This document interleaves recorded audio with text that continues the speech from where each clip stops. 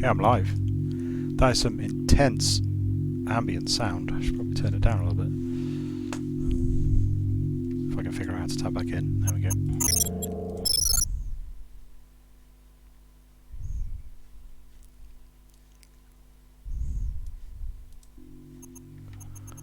This game is so old.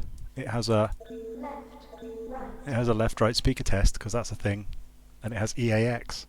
Amazing. This is System Shock 2, which is, while not the first first-person RPG, I guess that was probably Descent, or maybe Descent into Undermountain. I'm not sure. I never played Descent. I think it's probably the most influential. It sort of established a lot of the standard things that FPSs and first-person RPGs sort of used thereafter. I am going to go in and sort out the insane default control bindings.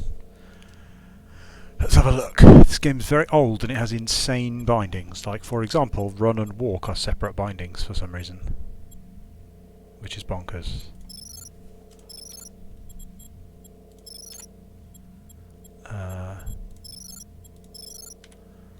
Backwards. It's old enough that it still has a turn left bind.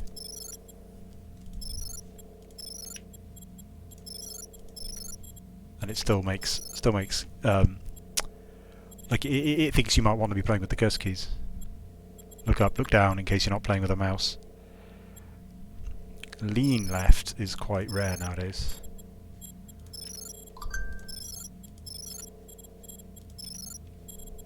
And then lean forward. That comes up quite a lot in Thief. So this game is based in the same engine as the original game Thief. And hi Patrick. Thief, if you're not familiar with it, I guess it's because Thief's been rebooted a couple of times, right? The original Thief it wasn't an RPG. It was the was it the first? I'm sure it can't have been the first. I think Metal Gear Solid is older.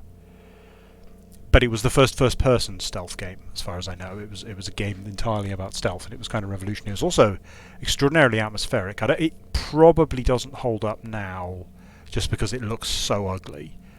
But it's an extraordinarily atmospheric game. Like it was a first person stealth game about stealing from people's houses. But it kind of had the atmosphere of something like Amnesia, which is really intriguing. So this game is from that engine, so a lot of the controls are the same. And the ability to lean was quite important in Thief, because you had to sort of peek around corners and peek over edges and things. But it's kind of irrelevant in this game. Don't think I've ever used it. Let's go control for crouch. Weapon setting. I'm clearing it because it by default binds about 7 different things to everything. Map M. Reload. R. Change ammo. B. That sounds fairly sensible. Attack use. Inventory. Slide on. Slide, I think, is what it means by like move sideways rather than turn. So it has the ability to toggle turning. Speed toggle, by which it means run. And a free look bind. All the weapons are fairly sensible, except that it just carries on across the keyboard with loads of bonkers weapons. Compass HUD. Okay. Medical hypo. Radiation hypo P. That's quite important. Unread log U. That's probably the most important keybind in the whole game. So this was the game. I think this is correct. I don't think System Shock 1 did it. Oh, sorry. My mic is staticky. I wonder what's causing that.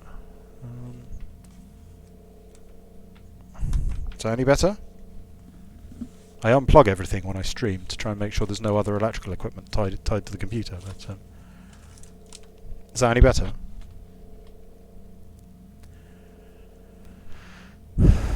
If not, I'm not sure what to do about it. Okay, that's good. I just shoved some stuff further away. I think this is the game which originated the audio log, which is now sort of the default way of telling stories in more exploration-based games, which is really so you picking up audio logs and reading them is such a crucial. There's a control to stop it. I guess that's actually that kind of feels like it's missing in a lot of games, doesn't it? The ability to, although it'd be more useful to pause for a cutscene, which is a problem in this and a problem in basically all other games. And quick save, Alt S, awesome. Right, that should be it. I can't get Twitch to tell me how many people are watching. I know there's at least one person watching. Why won't it tell me how many people are watching? Oh, there we go. 3. Nice. Right. Well, I'm going to go. The opening cutscene's pretty good. Well, I think so. It's quite old. It's complicated nowadays, right? Hi, Di. You're just in time for the opening. Here we go. Oh, normal mode. The difficulties are kind of weird on this game. I'm going to leave it on normal. But the difficulties work in a slightly unintuitive way. I don't think I've ever seen another game. Basically, you earn XP and buy upgrades with them. And upgrades are cool and fun and interesting, right? And in a higher difficulty, upgrades are more expensive, so you get less of them. So the game is less fun on higher difficulties, which is a fascinating approach to difficulty I've never really seen before. Or after. Right, here we go. Look at you, hacker. A pathetic creature of meat and bone, panting and sweating as you run through my corridors. How can you challenge a perfect, immortal machine?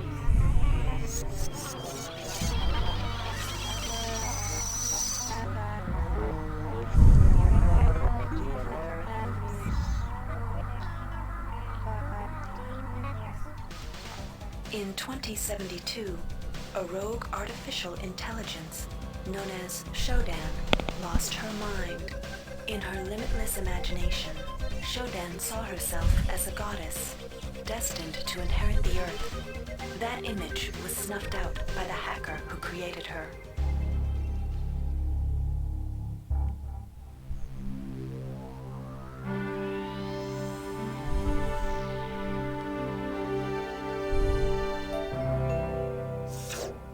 February 3rd is the day the magic happens. The Von Braun, the first starship in history capable of traveling at faster than light speed, will undertake her maiden voyage. This incredible journey is the result of teamwork between the UNN Protectorate and the incredible scientific minds at the newly relicensed Tri-Optimum Corporation. Imagine being able to travel to distant star systems in a period of weeks. It's all part of Tri-Op's commitment to the future. The Von Braun is packed with over 1.8 billion flight, scientific, and security systems, nearly all developed by Tri-Optimum and its wholly owned subsidiaries. Providing security for the Von Braun as she plows through the heavens will be the UNN Rickenbacker. At her helm will be no less than Captain William Bedford Diego himself, hero of the Battle of Boston Harbor during the Eastern States Police action. This incredible union of government and corporation is made possible by an intricate series of docking mechanisms that will allow the Rickenbacker to piggyback its way into jump space. Sleek, fast, revolutionary. Who knows what wonders await our crews in the bosom of the cosmos? All we do know is that it's a great day for mankind.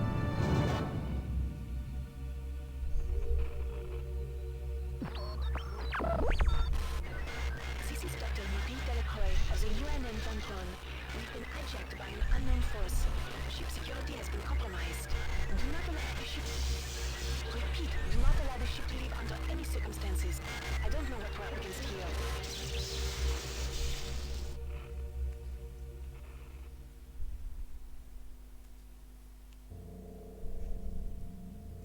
Hi, Seb. Let me know if I need to turn the in-game volume up. I've turned it down a bit because it's got fairly intense ambient.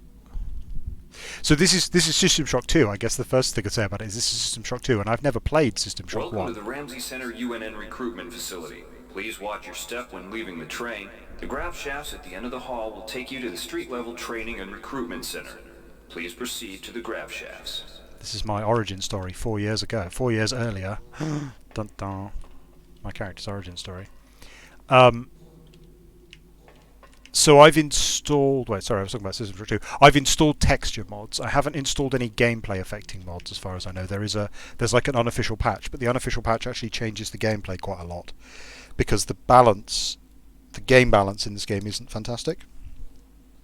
Like if you analyse it in terms of like, if I make this choice or that choice, which is better, there are some fairly obvious choices that are good or terrible.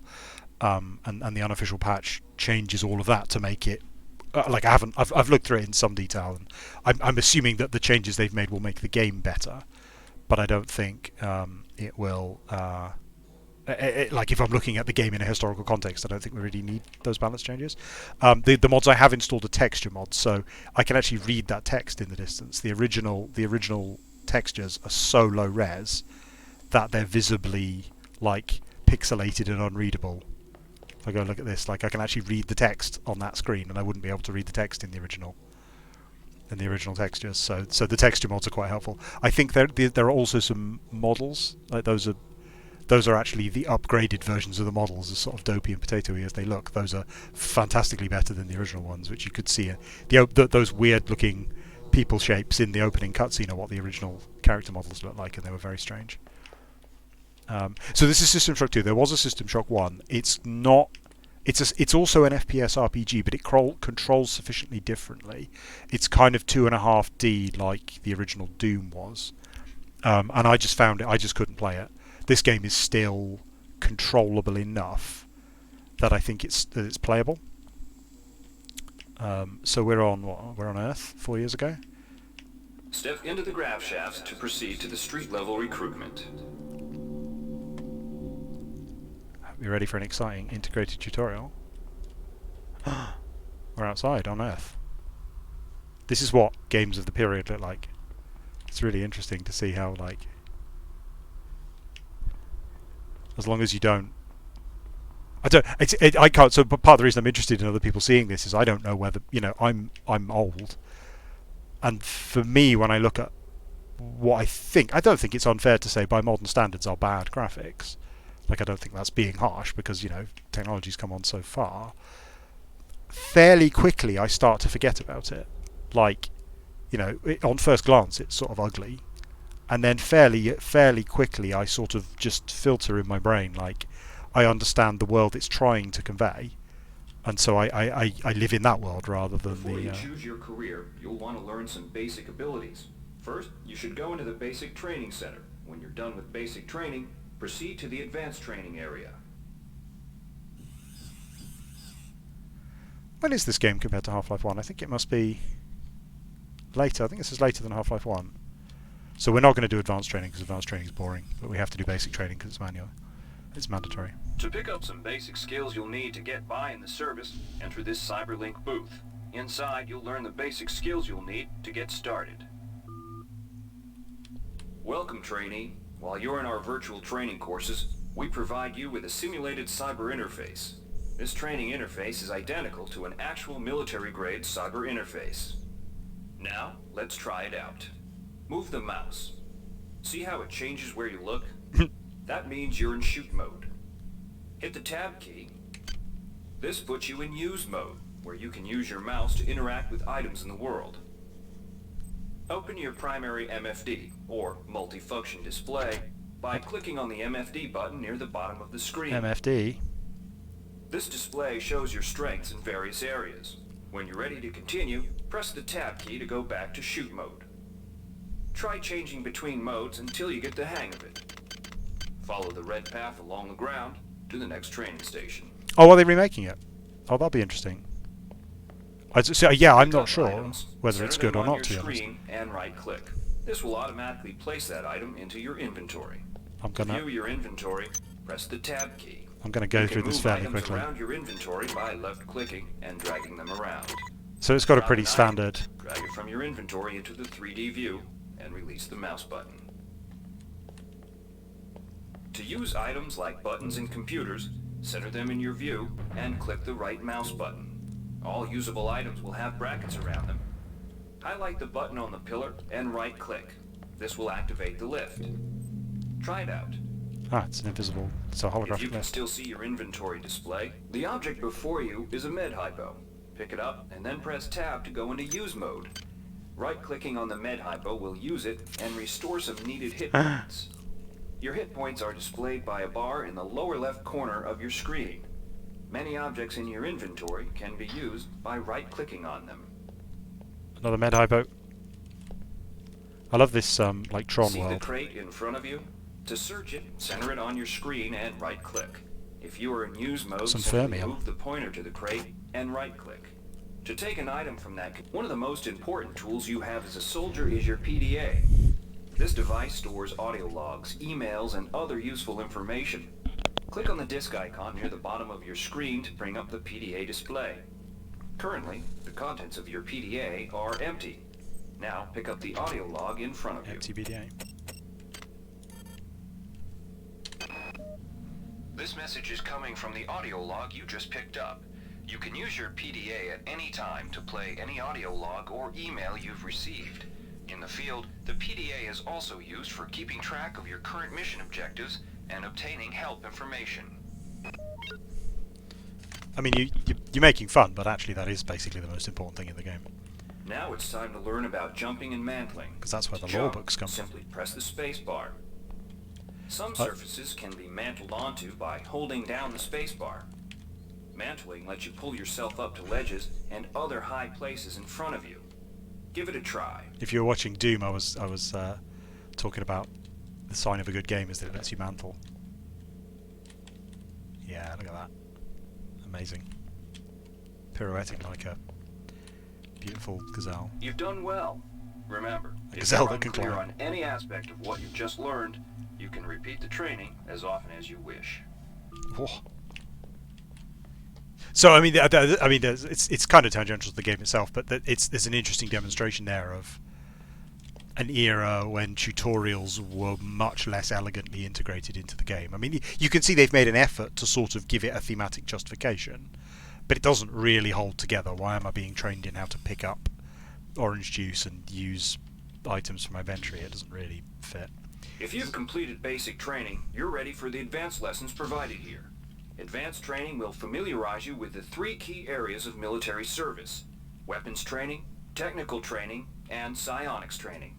Approach the Cyberlink booth of your choice to train in that area. When you finish training in the 3 areas, proceed directly to the recruitment center to choose and start your military career. I'm pretty sure when I first played this game, I skipped the advanced training. I think I just wanted to get on with the game because I was a child. Here's where you make your choice, soldier. Here's where you enlist in one of the 3 branches of the military. Once you decide on your branch of service, there's no going back. A shuttle will take you to a UNN orbital space station, where you'll receive a briefing regarding your yearly postings. Good luck. So this game is sort of semi-class based. It's a skill-based RPG, meaning you don't pick a class, you spend experience points to buy stat points and skill points directly, and you can mix and match a la an Elder Scrolls type game. Not like RuneScape. It depends how. I guess RuneScape and Elder Scrolls are in the, or some versions of the Elder Scrolls are in the, you get better at it by training it. This game is in the more tabletop tradition of you earn experience points arbitrarily and then you spend them on anything you like. So you don't actually have to use the skill in order to get better at it. And then so the choice I'm making here is like what I start with rather than it doesn't actually permanently make a difference. But so broadly speaking, there are 3 areas of expertise, as it showed me in the previous room. There's guns, and then there's hacking and stuff like that, and then there's psychic powers. But guns and technical kind of play into each other because you can modify your gun to make it better and hack the device to give you more ammunition and stuff. And psychic is kind of its own thing, and I think the interface for it is slightly clumsy, so I think I'm going to leave it and just not do psychic because it's intriguing that they tried to put a wizard. Like it's basically you can play it as a shooter, or you can also choose to be a wizard instead, and it adds a lot of richness to the game that they've added this other option that exists, but it's more of a challenging thing that you're doing for the sake of it than it's a very early implementation of that sort of idea, and I don't mean to criticize it, but I don't think it's quite there as like a legitimate gameplay style. So I am going to go, I think, to the Navy.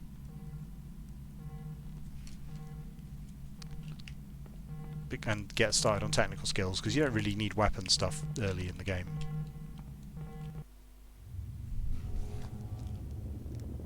So I'm joining the Navy.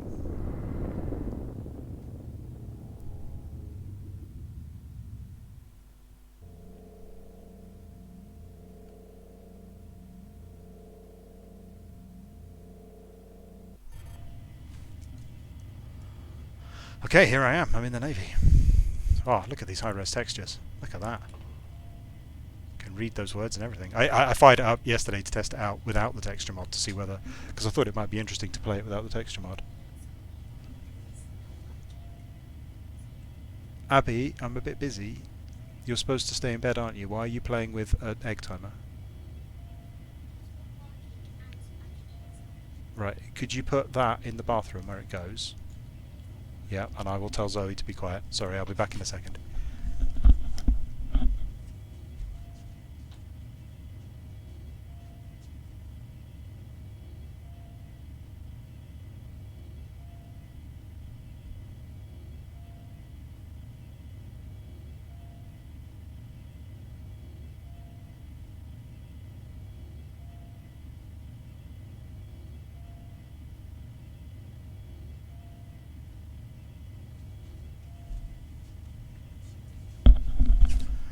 Ah, children getting out of bed, playing with egg timers. Why are you out of bed? Because the egg timer is not working. Why are you playing with an egg timer? No answer. Why is the Navy in space? Because it's the Space Navy. Where else would the Navy be? It's sci-fi. There's a Navy. The Navy is in space. Sorry, I loaded it up with the low-res textures, and yeah, it's just... to be honest, it looked bad for the time. The Thief engine was, I think, like, it handled things that other engines at the time didn't do. So it handled the idea of surfaces making different noises. I think was quite rare as a feature. The egg timer in the bathroom is for brushing her teeth for the correct amount of time. It's something she got from some health fair or something. You have to turn the egg timer around and then you have to brush your teeth until the egg timer's run out. Also high imprisoning. What was I saying? I've completely lost my train of thought. I don't know. Let's carry on.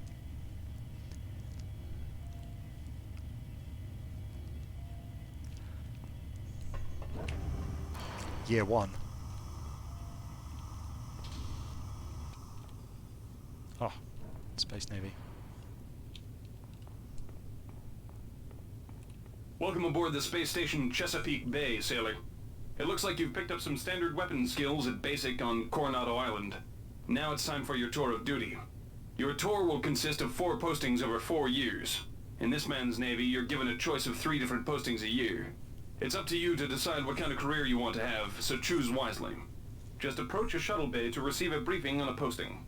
If you think that posting is right for you, head into that bay to accept the assignment. There's a sort of an emphasis on sort of sci-fi. This aesthetic wasn't as common at the time. This is part of why this game was quite influential. I think that the way that it portrayed its world. I mean, I think it was copying other sci-fi films, Starship Troopers and that kind of thing. But if you look at comparable games around the same time, they don't have this sort of posters and graffiti aesthetic that this game had. So I haven't yet actually got to interact with any humans. Oh yeah, I was talking about the engine, wasn't I? You can see I've got acceleration, and you can hear it in my footsteps. And footsteps are really important in the Thief engine. Oh yeah, that's the sort of saying. So it handled certain things, like it handled shadows and footsteps really well, but it was ugly. Okay, so I've got 3 choices of ship to go on. The UNN Lucille is looking for volunteers for their military police detachment. Those sailors can get pretty rowdy on these year-long cruises, so you better not be afraid of a tussle. I love this guy's voice. The UNN Lucille is looking for an engineer's mate to help maintain the ship's core energy systems. There's some heavy lifting involved, sailor, but you'll learn your way around the high-tech equipment. The UNN Lucille is looking for an ops training officer to learn the ship's navigation and data control systems. You'll get your feet wet with the high-tech systems, but also expect some heavy lifting. A little bit repetitive. So I'm not sure if you could see the messages that appear at the top, but I'm choosing the stats that I gain. This is actually the character creation system. Is looking for an ops training officer to learn the ship's navigation and data control systems. So I'm going to learn You'll get your hack feet wet with the because high-tech systems.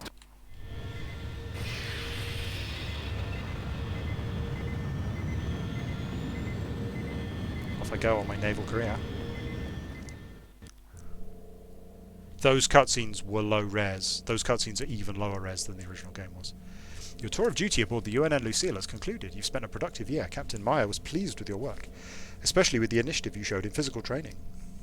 A friendly ensign showed you some backdoors into the ship's primary data loop, and you spent your time off pumping good old-fashioned iron. You've gained +1 hack and +1 strength. Okay, year 2. Let's put me straight outside the door. Laverne, Florida hosts the Navy's premier tactical training school. While maybe not as respected as the Marines' facility at Fort Bush, there's a lot to be learned here. The UNN Pierce is ferrying liberated political prisoners back home from their detention near Saturn.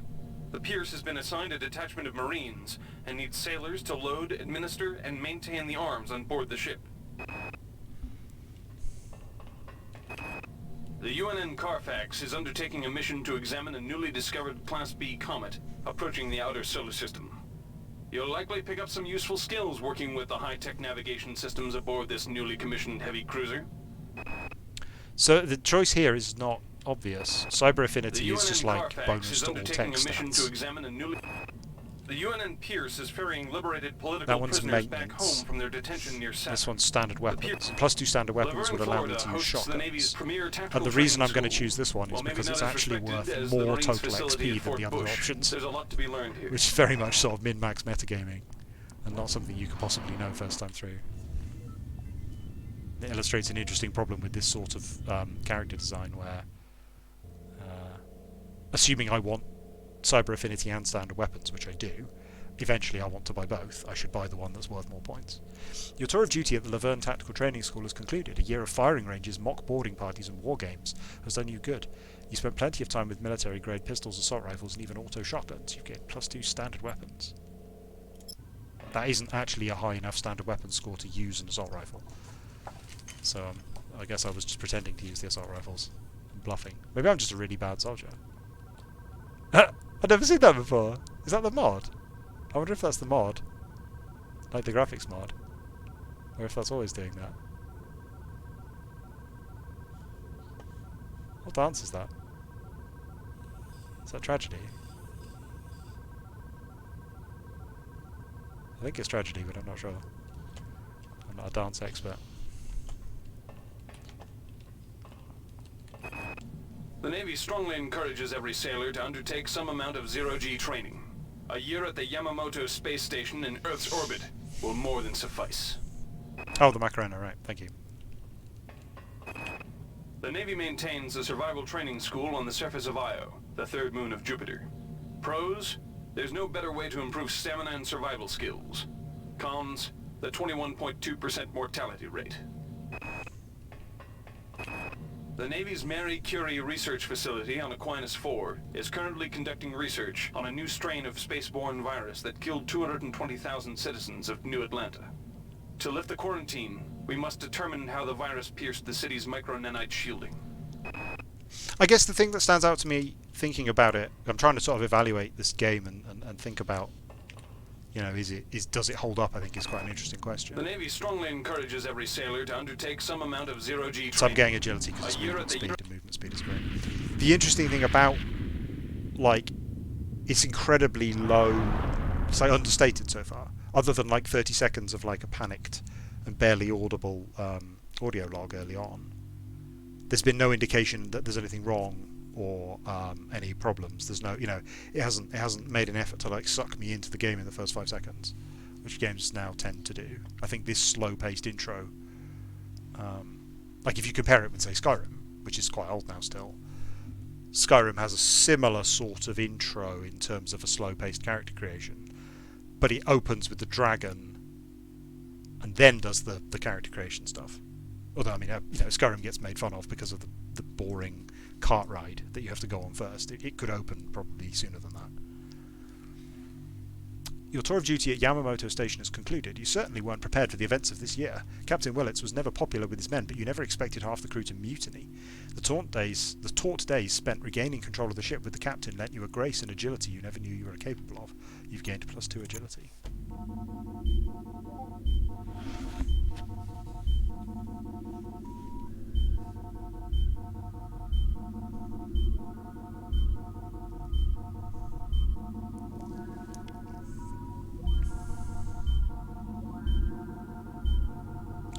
Application to join the crew of the Rickenbacker has been approved.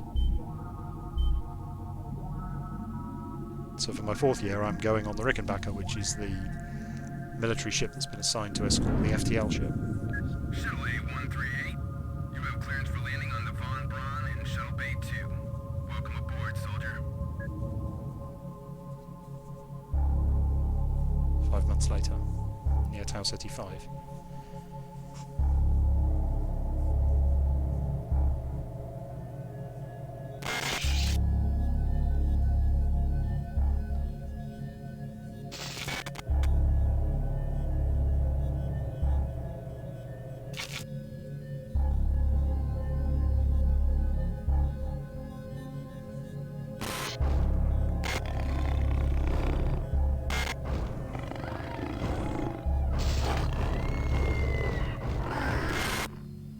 Reinitializing memory streams.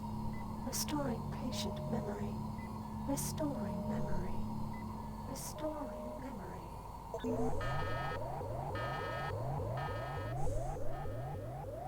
So it restored the first 3 years of my memory, so I can remember I've got +2 agility. Steady yourself, soldier. This is Dr. Janice Polito of the computer ops staff of the Von Braun. You're safe for the time being. You're recovering from the effects of surgery and will be unable to remember any of the events of the last few weeks. You're on board the starship Von Braun and something's gone very, very wrong. Some kind of force has hijacked this ship. That's why you volunteered to be implanted with some experimental cybernetic implants. Rely on your cyber interface. It just might save your life. You must find an elevator and come up to Deck 4 to meet me. Deck 4. Can you remember that? But keep your eyes open. They're after us both now.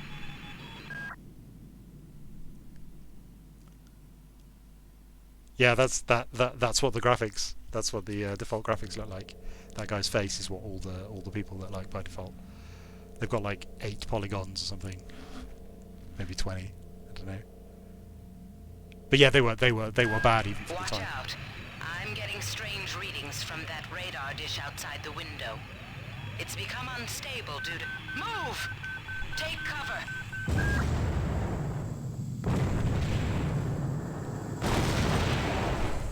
Critical decompression hazard in the cryo recovery suite. Evacuate immediately. So having been through a pointless sort of out-of-game tutorial, it's now going to give me an in-game tutorial.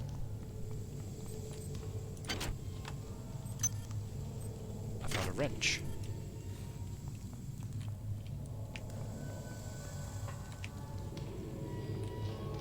I mean, there's another. Games do still do this, but there's another sign of the era is that they have to be incredibly efficient about textures and models and stuff, and so a lot of these stuff just gets reused. I think in a modern version of this game, there'd be a lot of custom. This room would be decorated with custom things to make it clear where you are and how important it is. But here, there's just random, meaningless screens. The entire sector is depressurizing and the blue vacuum shield won't last long. Get through a secure airlock before you're sucked into space. Move it! Press the button, tutorial.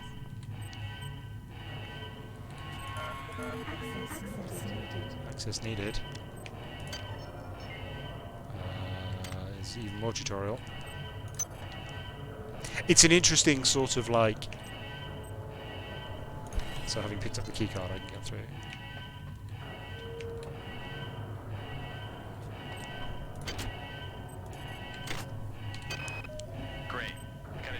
access codes out of Cryo A again.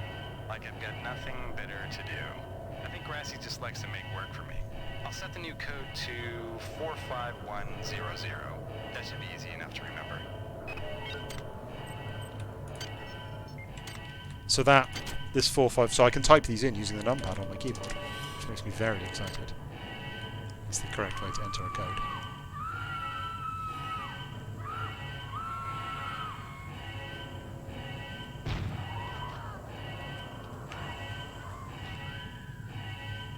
It's a survival horror game.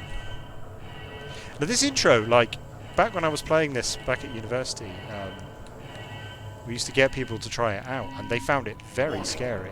Decompression event imminent. Please move immediately to Cryo Recovery B. Decompression event imminent.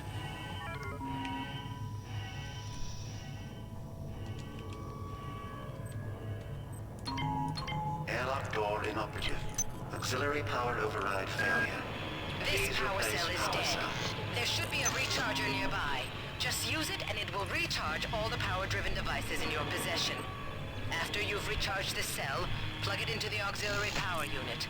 That should open the airlock door. Be quick about it. The vacuum seals won't hold up much longer. So I have to... clicking on that automatically charges my items, but I have to manually drag it into there to use it. Good. You've managed to get out before the whole area depressurized. I've just uploaded you some cybernetic modules. You can use them to upgrade your cybernetic rig at the upgrade units in this area. There are 4 types of units in the next room, one for each subsystem of your cybernetic gear. Stats, psi, weapons, and tech. But use the modules carefully. They're hard to come by. So it's... Now we're actually in the game proper, basically. So that having come through that was the tutorial and we can't get back again. Can I turn that out? Have I got a mini-map? Yes. There we go. Perfect. So that was just a little tutorial zone to teach you how to open doors. Now we're just going to look in every box we can ever find. There's a whole load of tutorial things telling me about stuff I already know, because it already told me. It's interesting that it like, think about, like, you know, the whole modern phenomenon of people saying, oh, games are so dumbed down these days, blah blah blah, and wanting to play Dark Souls instead. And this is, I mean, this is a game, this is an example of a non-hand-holding game. You know, it's complicated, it's got complicated mechanics. It's not actually that hard, really, but it seems hard when you haven't initially learned the mechanics. But you can see from, like, you know, it's essentially given me 3 different tutorials at this point. They're very worried, the developers are very, very worried about me not understanding the mechanics. Oh, that doesn't seem right. Ah, can I get that stuff up there? Ah! There's some secret stuff up there I'm not supposed to be able to get. Oh, got some bullets. Nice.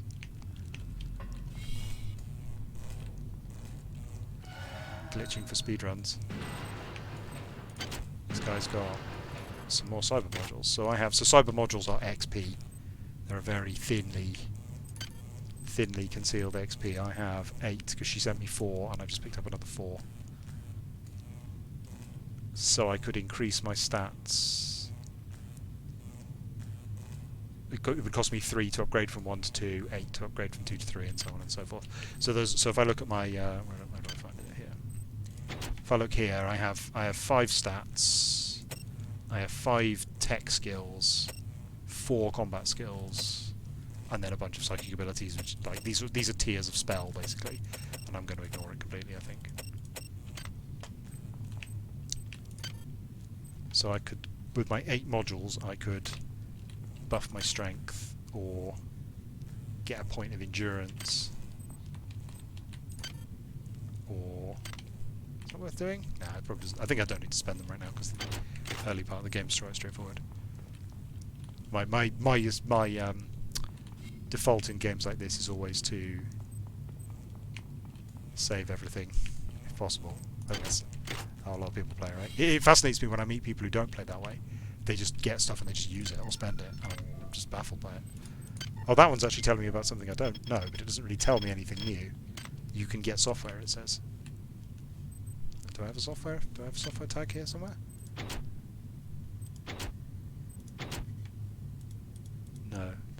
know where I would see my software if I had any, but I don't have any. Oh, those little things I'm picking up there, those funny shaped grey boxes with a number on them, are nanites, which are the currency. Where does it show them? Here.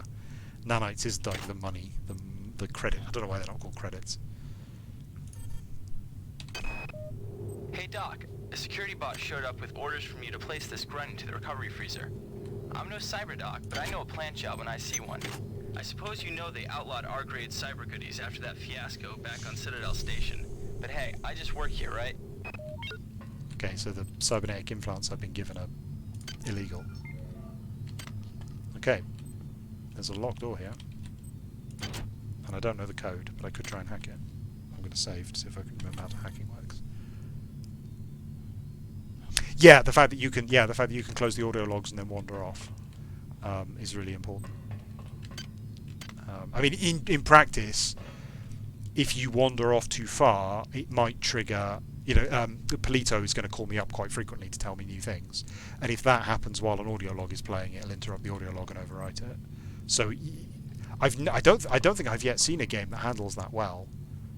That, you know, I always feel like I just have to sit and listen, just in case something interrupts it. Okay, so I don't know the code, but I can hack. So this is a level 1 difficulty hack, I think, and it's calculating a difficulty. So I think what I have to do is make 3 in a row.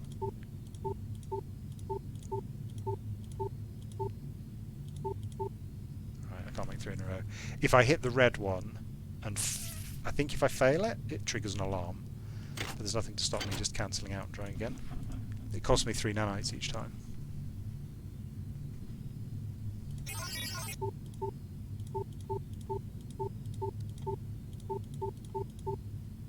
If I do this too much, I might just auto, like I might just load, because this is just completely random. Security access compromised. Oh. Security access compromised. What have we got? A speed booster, a brawn boost implant. Ah, neat. Okay, so a speed booster is a like a temporary buff item. A brawn boost, so I have a slot over here I can put an implant in. That will give me +1 strength. Oh, you can see there. So these inventory slots are unlocked by having a higher strength. So when I give myself a brawn boost implant, I just get more slots. That will slowly drain over time until I can recharge it.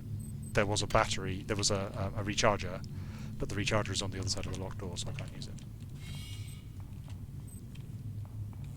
It's an odd bit of pacing. I think I quite like it. I like that it's sort of put me in the character in the character creation room, so I can, because this is my first exposure to the game, rather than, you know, starting.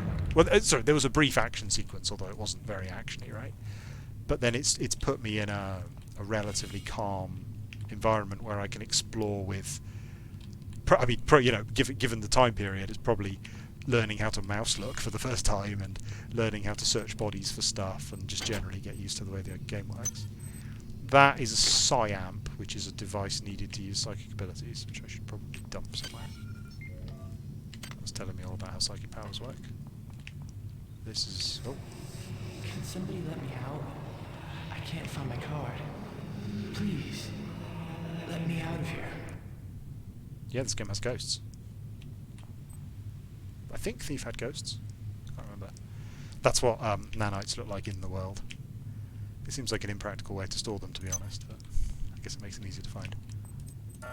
Access needed. Okay, so I can't get out because I don't have the keycard. So that's a good example of. Well, sorry, maybe it's not actually. It's an interesting example of tutorial design. I have to be able to find the keycard to get out of the sector, but actually finding this door is about as hard as finding the keycard is. It's not actually obvious where that door is. But I do have, you know, in order to get out of the sector, I do have to, you know, successfully navigate the various interfaces. So the combination of things I have to do means a certain minimum level of competence before I'm allowed out into a more dangerous area. But currently the only weapon I have is a wrench. In fact, I have 2 wrenches. Oh, you see that explosion effect? Amazing. Okay, well there's a keycard. Science sector access card. 2 nanites. nanites. I don't think that there's a key. There's no like hotkey button to press to loot the corpse, which is a thing in Skyrim and Fallout. That is glass. An odd quirk of the engine is that it strikes. You see the swinging object, like it doesn't complete its strike. It hits to the left and stops, which really matters in combat. It's a really strange quirk. Right, I am going to dump some of this stuff in this corridor. So I don't need this. This. There's no shop, but much later on you can get an item that can destroy things for money. There we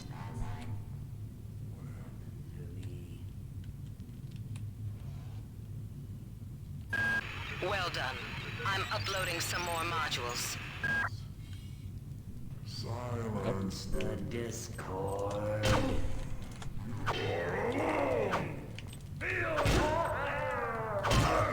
Oh, I did that incredibly badly.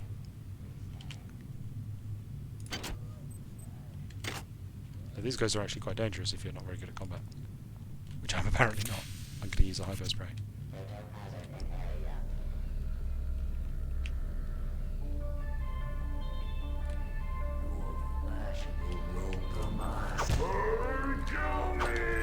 Ah. Funny. Ah, he's dropped an unresearched object. This item requires a research skill of 1.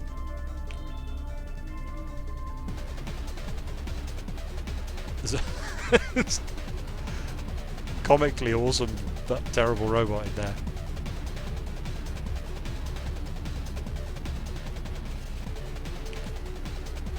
And also very funky techno playing. I don't know the code. I don't know if I googled the code I could just get in. I could skip a huge part of the game if I just googled the code and went in. I think you probably can. It's that sort of game. I'm not actually sure what my objective is right now. That insipid computer Xerxes has shut down the elevator as well. You can transfer power at the engine core on deck 1, which will get the elevator up and running again. But you can't use the elevator to get down there. Wait. There's some kind of maintenance access right on this hallway. You can use it to reach deck 1. However, it's locked, and Xerxes is hiding the passcode from me. Dr. Watts should have the code. He's probably in the crew subsection. Grassi has the key to get in there, but he's in the medical subsection, probably near the biopsy lab. Now get to the medical subsection and find Grassi.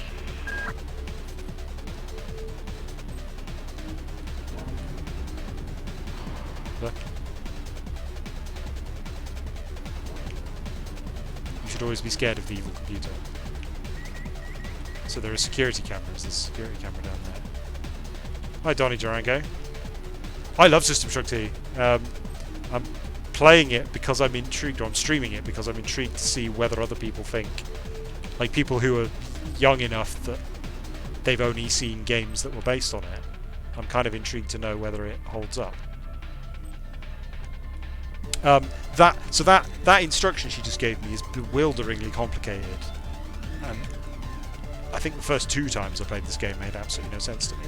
So you have to kind of look at the map to decode what she was saying.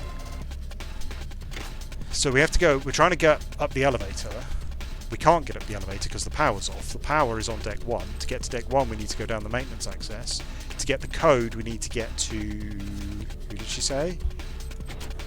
Let's go have a look. Where is it? It's in email. Here we go. Fixing the elevator. That insipid computer Xerxes has shut down the elevator as well. Dr. Watts has the code. He's in the crew subsection. Which will get the elevator up and running. Grassi has the key to the crew subsection, but he's in the medical subsection. Wait. So I need to go to the medical subsection in order to get the key to get into the crew subsection. And all that's just, it's a little overwhelming, I think. Especially as I don't think we can see... is it labelled on the... No, there's no sort of... Oh, okay, so that's saying med. So that's the medical subsection this way. So that's the way I'm supposed to go to get the keycard, I think. Let's have a look at it first.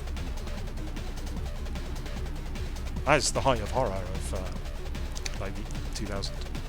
This is right at the start, Donnie. We're just in the we've just left the tutorial basically.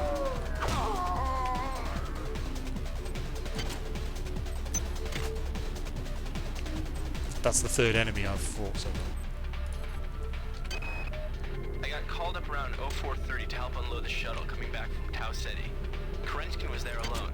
Jesus, what the hell happened to him? He'd lost most of his hair, and you could see these lumps on the side of his neck. And that smell. I told him he should go see Dr. Watts, but he told me to mind my own business. La-di-da.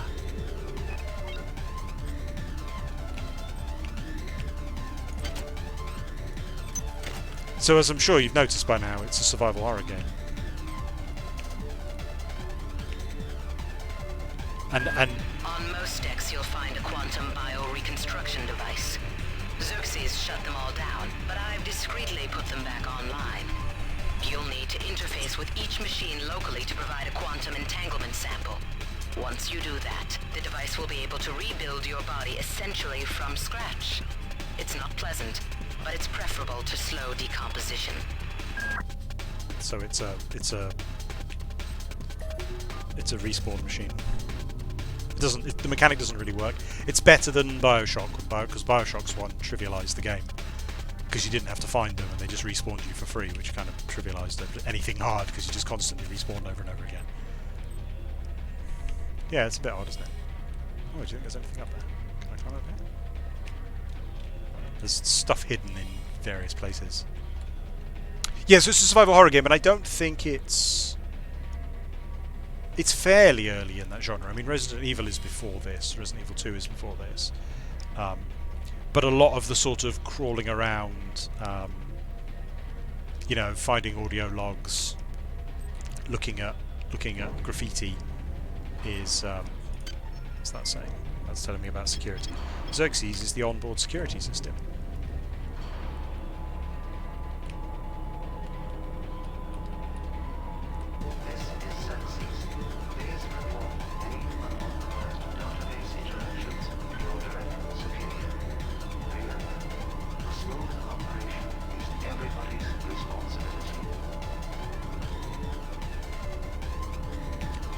So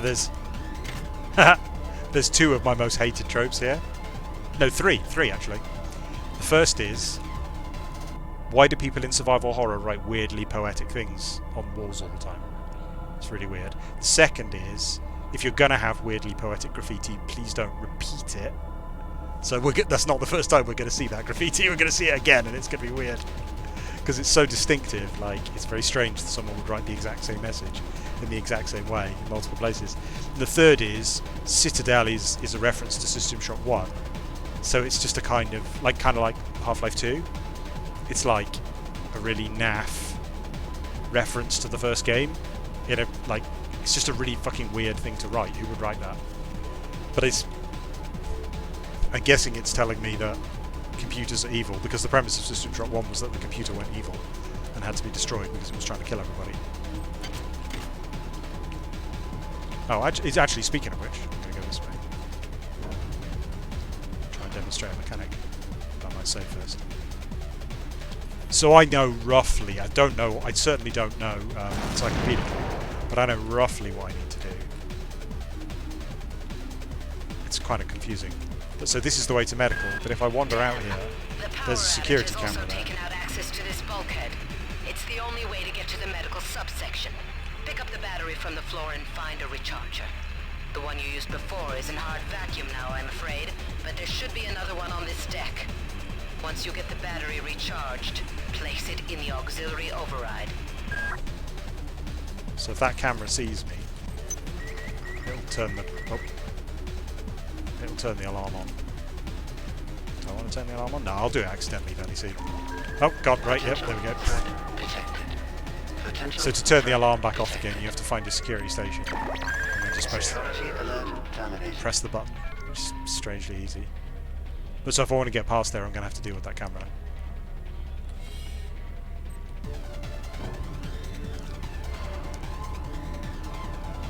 I remember Left 4 Dead. God damn. Somebody's hacked into this thing again. I'm gonna tell Delacroix. Hi there. Please make your selection. So this is the shop, so I can buy stuff. I don't really need to buy stuff, and I don't have very much money at the moment, but later in the game it's quite important to buy the right kind of ammo for your guns and stuff. And you can hack them to make them cheaper. I don't have a hack skill either. Oh, the gun. Nice.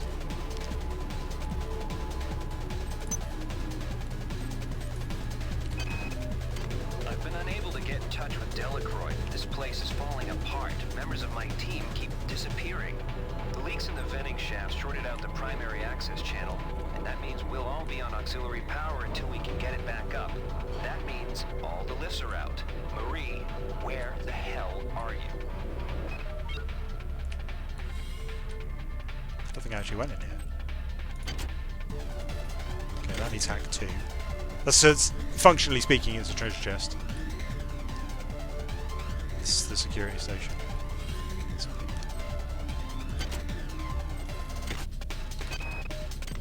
Why is it that no one listens to me?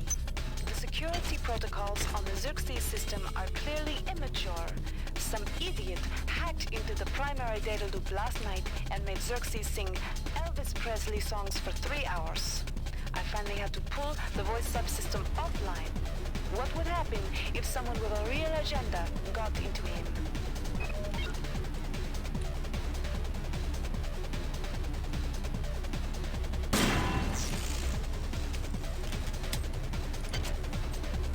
Ah. Oh yeah, it has a Game Boy. So I can play Minesweeper.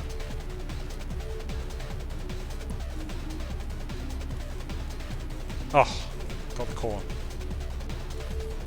Also requires the high. I think it's like the highest hack skill in the game to hack the Game Boy. Okay, so I can't get through there because I need a battery to open the door. This music, like, I like this music. It's cool music, but I think it is detracting from the atmosphere a little. It's an odd choice to have straight away as soon as you get out into the first sort of survival area. Marie, I've got to restrict access to engineering until we can figure out what to do down there. It's just too hot. I don't know where all the hazard suits went, so I'm reduced to bringing down an armful of rad hypos. Those damn things always give me a headache.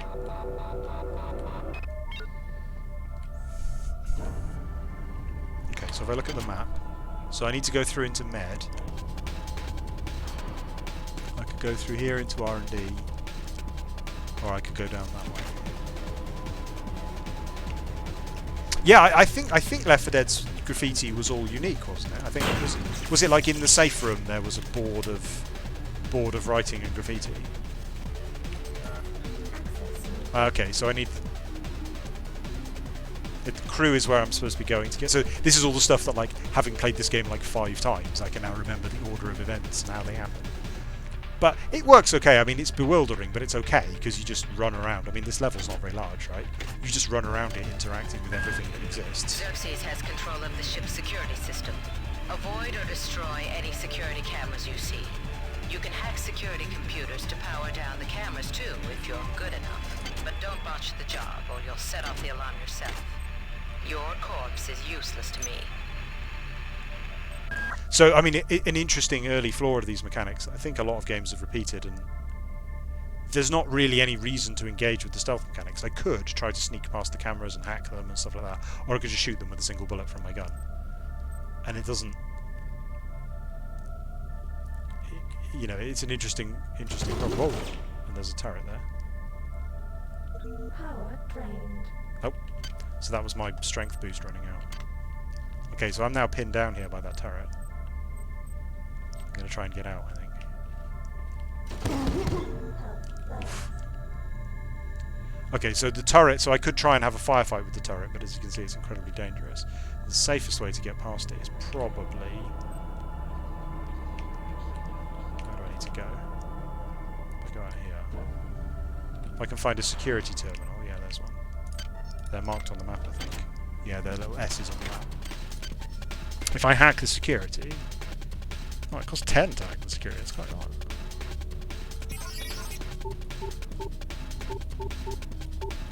Oof. Ouch.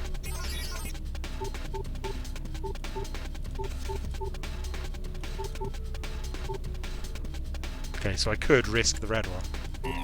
Nope. You know what? I'm gonna load. Wait, where did I save? Oh, I saved here. Oh, that was ages ago, damn it. Damn. The power outage has also taken out access to this bulkhead. It's the only way to get to the medical subsection.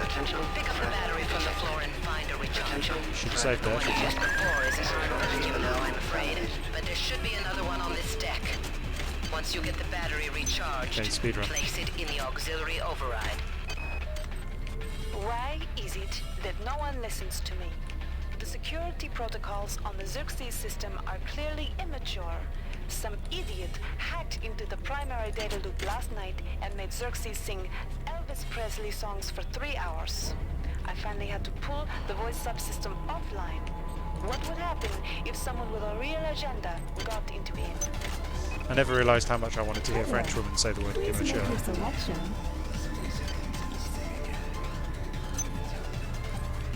Okay, I think that's put us back roughly where we were.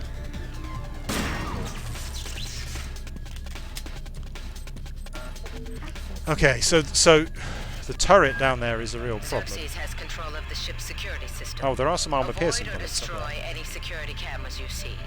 You can hack security So if we were psychic, computers can I turn that off? Yeah, I can. If we were psychic, I could pull those armor-piercing bullets to me and use them to destroy the turret.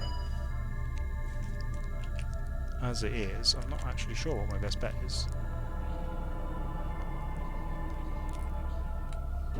I could go and increase... Actually, yeah, I'll tell you what I'll do. Because the problem is the hacking is quite difficult. I'll go and...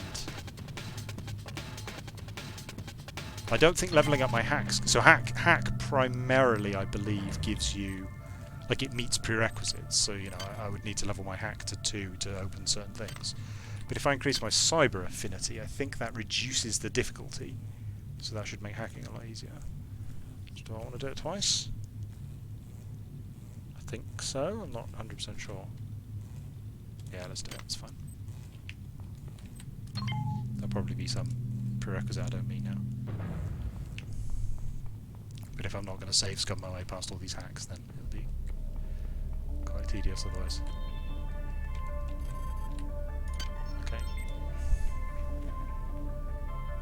No, it's still 85%.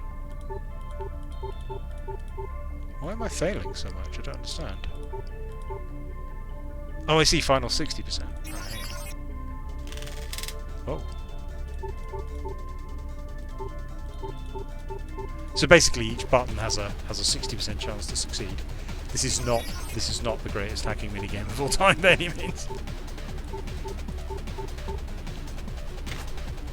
And if I spend too many nanites, I'm going to save scum it because I could just sit here and spend all of them.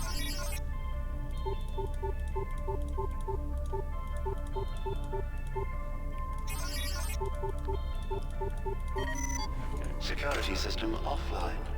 Okay, so security is offline for how long is that? 6 minutes?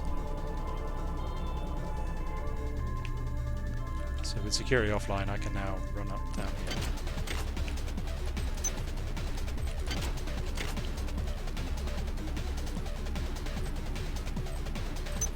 Now I happen to know... Oh wait, is there nothing here anyway? Oh! There isn't even anything here. Now I happen to know that... Oh.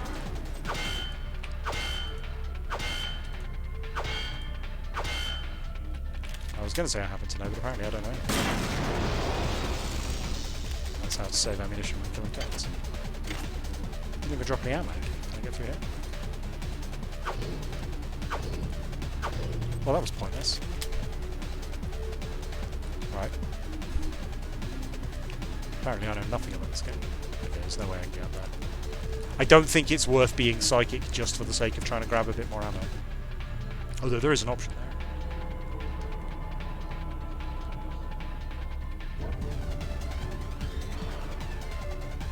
So security is still down. Because security is still down, that camera's offline.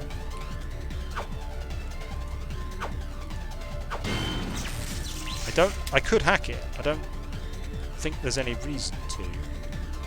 That's the woman I saw run past the window earlier. Ah, research software. Nice. I love that. Like, that's not from the original. That's from the graphics mod.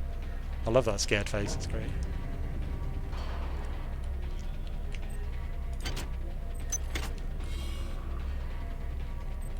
Now I know roughly where I'm going, so I'm rushing there because security is still down. Oh, that's R&D. Don't have R&D access. Hi there. Please make your selection. I thought I knew roughly where I was going. Apparently I don't know where I'm going at all. Where am I going? Yeah, it's down there.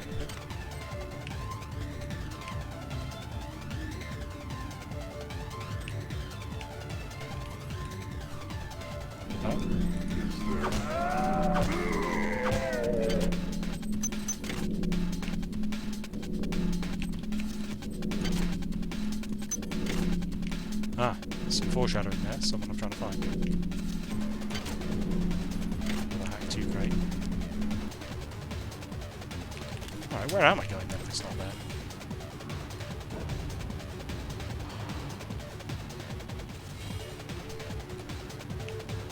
Is it in here?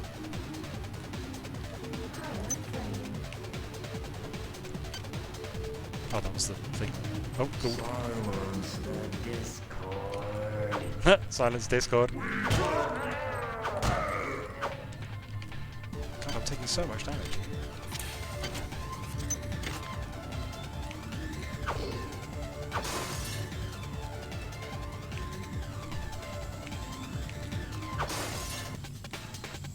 Is this where I don't know where I'm going. Oh, this looks alright. No, that's where I'm trying to get to, down there. Yeah, there's the power. There's the power thing I'm looking for. Did I pick up the battery? Yeah, I did. There's another hack 2 crate. Oh, gold.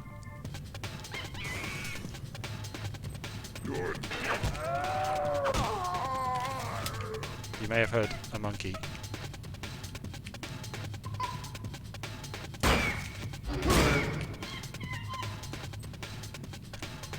The monkey shot me. The monkeys are the most terrifying thing in the world.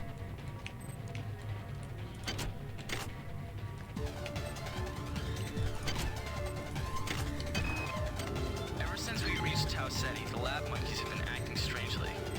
Nurse Lester picked one out of a cage to be brought in for vivisection, and the rest of them, I mean the entire group, stood up on their legs and howled. This wasn't just a random display. It was a protest.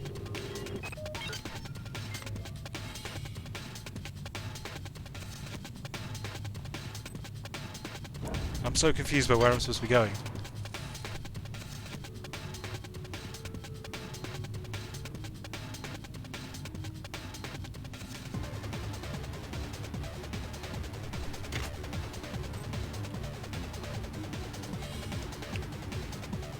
I'm really lost. Ah, this way! Okay, I got 50 seconds left. Oh. Well, crap. Oh, it's fine then, because I respawned.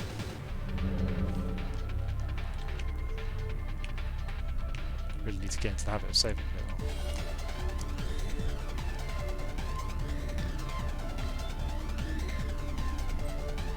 I think that was just a dead end. How am I so bad at the combat something? I think there's another turret somewhere down here. Is that true? God, 10 seconds. This is Xerxes. Yep. Remember, the unauthorized usage of firearms aboard the Von That's true. is a Class 3 infraction. Oh god. Security system online. I'm gonna have to go hack security again if I can make it out of here alive, which I probably can't. Can I lean out? Does that work? Nope, nope, nope.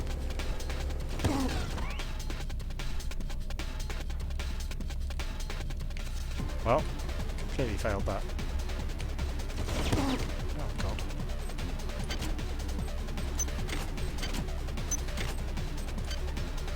That's telling me all about. So there are different types of ammo. Is that the right one? Yeah. So I can load armor-piercing ammo into my gun instead.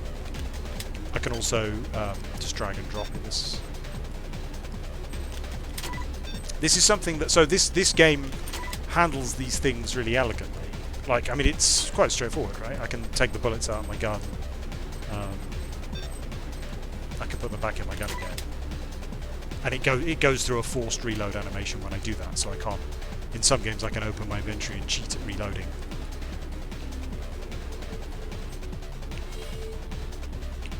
Now, there's a chemical storeroom. Each deck has a chemical storeroom where you can find the resources you need to research the artifacts you'll find around the ship. Don't try to carry around all the chemicals at once. It's impractical and unnecessary. Your research software will tell you what chemicals it needs and when. I like Polito. The characterization is great. Like, you know, that's like I'm so used now to the sort of mission control girl who's like breathlessly telling you how amazing you are and talking about what a hero you are. And Polito's like, don't be unnecessary. This is just telling me what's here. Ah, look at all those chemicals. Beautiful, beautiful chemicals. Oh, there we go.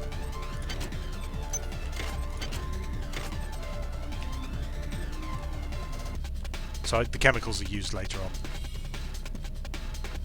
Oh, that guy's respawned. That's not good. Oh yeah, enemies respawn. That's quite important. So I can... unlike a lot of games in this genre, I can take the bullets out of this gun and dump it here, and I don't need it. So I haven't talked about it yet, but this game has a very harsh... Oh god.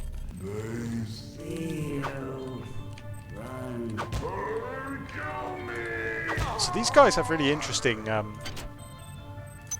chat. They say kill me and they see you and run. I'm going to save here before I get murdered. If you look in the very bottom right of the screen, you can see the number 6 in a yellow circle. And that's the weapons condition. And it drops very quickly. So like durability in Fallout 3. And it drops incredibly quickly and you have to repair it. And a lot of players really don't like that mechanic.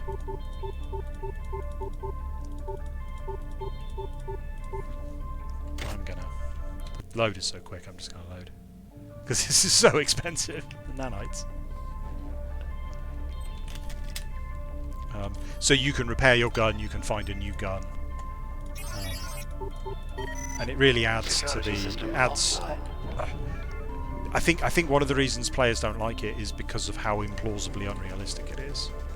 Like, the gun decays so quickly, it feels really wrong. Like, you shoot the gun like 12 times in what is obviously a fairly sterile environment, and it breaks. And that just feels wrong and unintuitive. So even if it works mechanically, a lot of players don't like it anyway. Oh, that was some cyber modules. Right, so that's the battery thing I need. So I could just get what I need to do and leave, or I could destroy these turrets. It scared me when it popped up earlier. But apparently it just does that. So I'm hitting it with the wrench, obviously to save ammo, but more importantly to save the condition on my gun. Because blasting away at it... Oh, this game has a very harsh... What was I saying? Oh, the degrading system is what I was saying. I'm surprised I haven't lost a point of quality. You'll see when the 6 drops to 5. Okay, so by using the battery, by using like the power thing, I've now charged. That battery is now charged, but also my Brawn Boost implant has recharged to full. So I've got my +1 point of strength back again. So now I can go and... I'm carrying around a load of plants and Coke cans and things. I'm conscious that I'm sort of going through the game relatively quickly, it's obviously not a very authentic Let's Play in the sense of like, oh god, that dude's got a shotgun.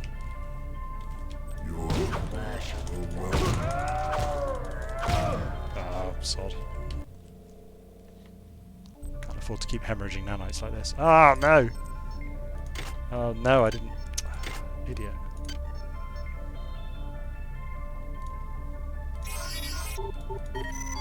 Security system offline. I'm not taking the game seriously enough. It's actually like it's not that hard, the game. Hard is the wrong word, but it will just kill you. Like if you're not careful, you just die. And it doesn't, you know, it doesn't auto-save, it doesn't actually I think it does auto-save, but very, very rarely. So it's just one of those games you just have to take seriously. Which was true of most games of the era, like auto-saves are really, really rare at this point. It's that like something like Dark Souls is sort of recapturing that feeling of, oh, that one actually had some ammo.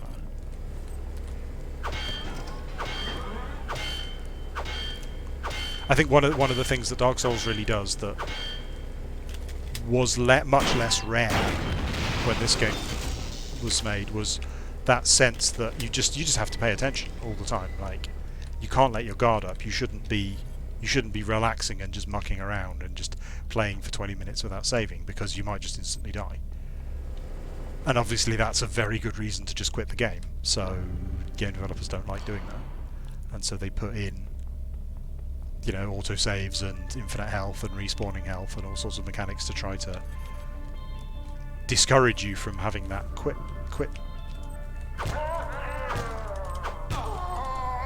That's better. Ah. Okay, so his shotgun is jammed, so I can't use it. So I could repair it, but I need 3 repair to do that. Oh yeah, I didn't actually. Since I died, I didn't go around here.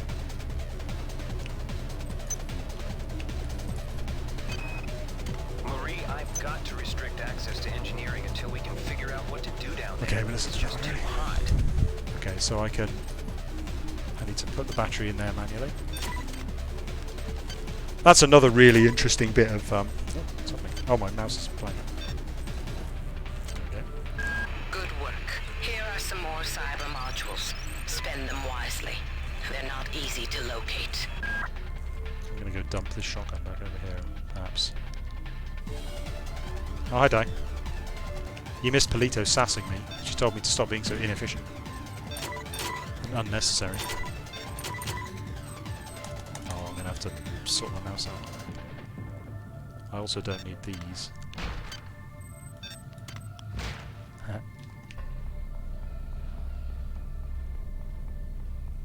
You do so. I mean, one of the things this game has, even I mean, a lot of games have copied this. Sorry, I'll start the loading. So fast! Look at that loading. Oh, amazing! A lot of games have copied the whole audio diary thing. I believe this is the first game to do it, but this game has a huge cast, and you know you're gradually reading their diaries and getting to know who they are. Good. You've managed to get into Med. Now find Grassi and get the keycard to the crew sector. He's the one who monitored your cryo-sleep, so he might be interested in joining you, if he hasn't been butchered yet. Oh, the weapon I'm using in my hand? It's a wrench. It's a yellow wrench with blood on it.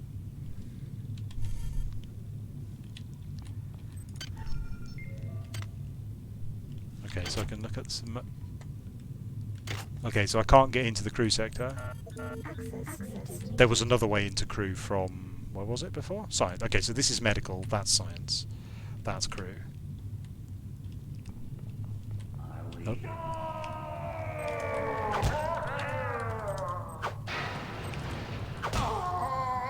I think I'm going to need to fiddle with my mouse because it's mucking up. What was I talking about before I came through? Oh yeah, the so while I'm fiddling with my mouse and trying to get it to work, I will. There's an interesting game design question. I don't think it has a correct answer, but it's sort of one that's worth sort of being aware of and thinking about consciously deciding on. Is the question of should you, if you have a key and a door, should the key automatically be used on the door? I think is a really interesting question, because it's very easy to say it's busy work. Like if I have to manually use the key on the door. Well, I mean, like the player knows they've got the key, they know the door is locked. Why do they not? Why do they have to actually manually use it? Why bother to implement an interface that that allows them to manually use it? Why not just have them use the door, consume the key automatically, and have it disappear? And of course, what you gain a lot of convenience by automating that process. What you lose, of course, is what's the right word? Immersion's not quite the right word, but the sense of like presence within the world. Intruder entering medical sector A. Intruder, the many demands to know your intentions. Are you allied with her? Do you not know of her intentions, of her history? She once tried to destroy your species, and now you do her bidding. Intruder entering medical sector A.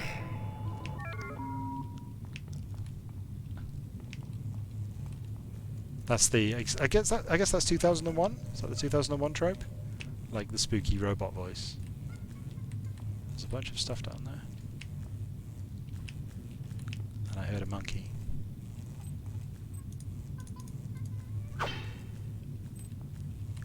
Lots of dead monkeys.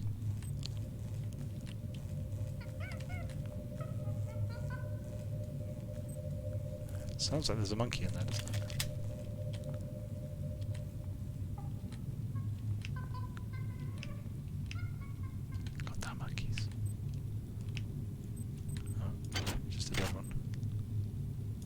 Badly damaged surgical unit. Oh yeah, there's at the top of the screen it's telling me what I'm looking at. That's very, very... I mean, I guess I get, like, if you primarily play RuneScape, that's not unusual, but in redundant software not installed. In other games, that's very rare for it to give you textual information. Even at the time, that was pretty rare. I think it's more or less unheard of now. Angela, while it may appear that the lab monkeys are communicating with each other, I assure you it's quite impossible.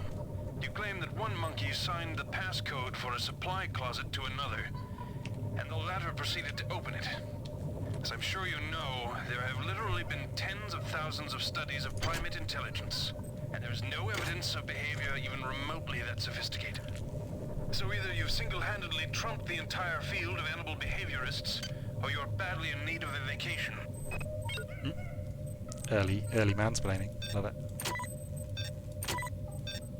I love that voice actor. He's got a great voice. So I just picked up. Where is it? There it is. So this is like a healing device that can't be used because it's missing a bit. Do I wanna? Yeah, I think I do want to use this one. But there are more of these than there are of these, obviously.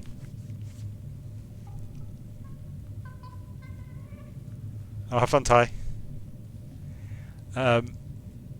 There are more of the beds than there are of the keys, so sometimes it might be a good idea to carry the key around. But to be honest, I should really heal.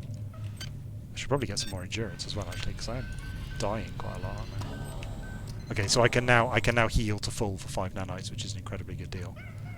I'm going to save there as well, because there is clearly a monkey around here somewhere. Oh God, I nearly fell off. Oh, can I jump across there? Yeah, I can. Hurl myself into the beyond.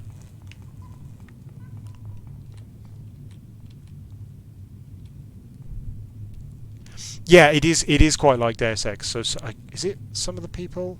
I think they were developed separately at roughly the same, because Deus Ex came out only a year later, so I think Deus Ex must have been in development.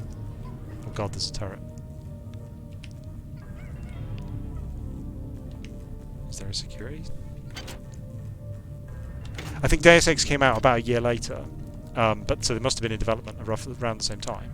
But the people involved, so a lot of the people involved were the same, I believe, or they were communicating with each other because they share a lot of the same sort of design principles. That's fucking monkey.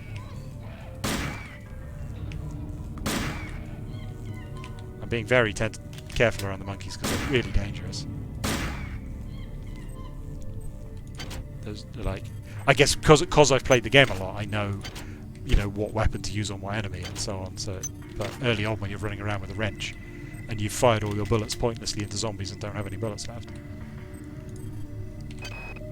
I can't raise anybody down in engineering. With the lifts out, I'll need to get down there through the emergency conduit in the Psi Annex. I think the access code is in Watts' lab. Okay, so I need to get the Dr. Watts'. Oh, damn, look, there's another one of those healing things. Okay, so it was pointless to activate the one up there. Well, that's annoying.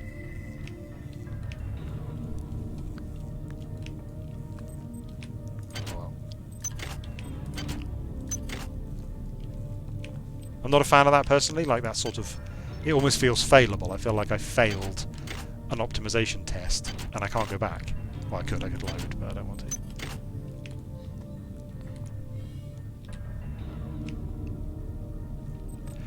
Yeah, it's comparing this game with Deus Ex is a really interesting comparison,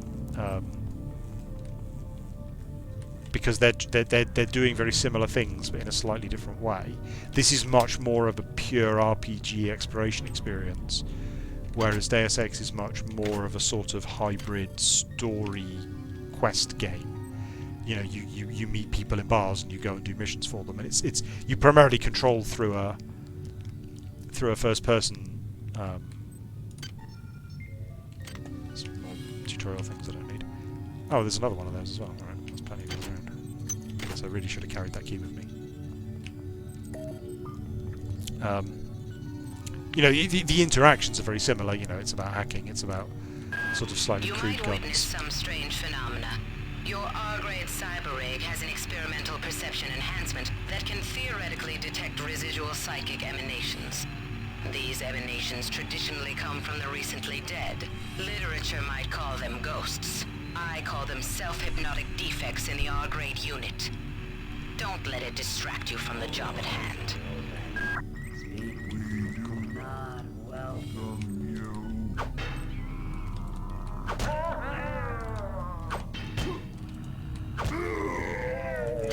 10 damage you did me. Where is that camera? Oh shit, it's there.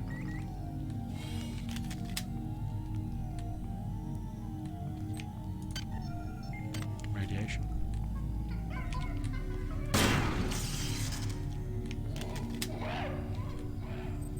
That's a stock monkey sound, which if I know it's in 28 Days Later, at the start of 28 Days Later, because if you play a lot of System Shock 2, if you play System Shock 2 once, you get so accustomed to that monkey sound, because it's like the terrifying enemy is coming, like ambience. God.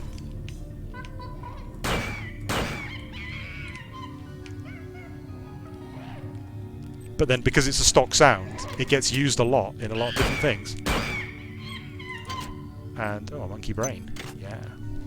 It gets used a lot in a lot of different things, so I hear it and I'm like, oh god, monkeys!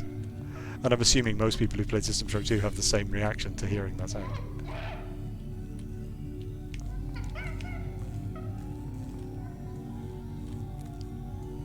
Run. I think I should probably go deal with the monkey first.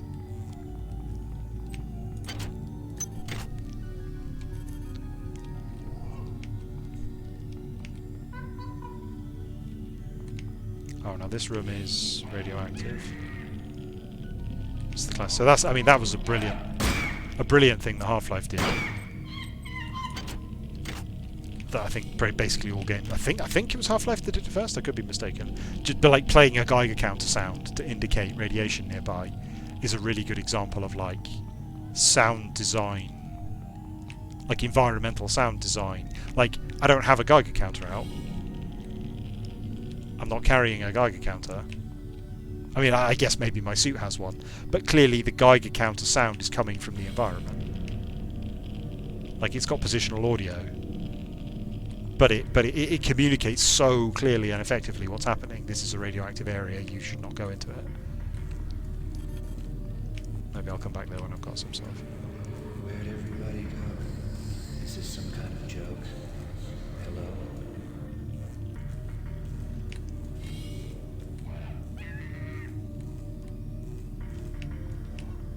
Oh yeah, and the music here is completely different, right? The thing. So the stuff from earlier, the techno was a little odd. Whose idea was it to bring 150 chimpanzees on board anyway? The interest of science?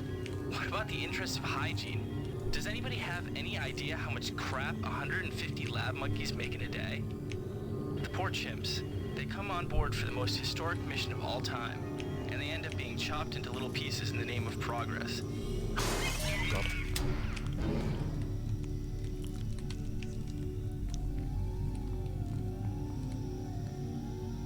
What are you doing, little motherfucker?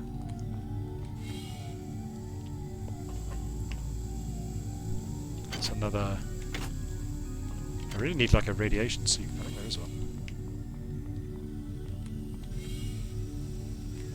What's he got? Oh shit. Feels like a fairly easy improvement would be that if shooting a camera should set the alarm off. But I think even that wouldn't be very...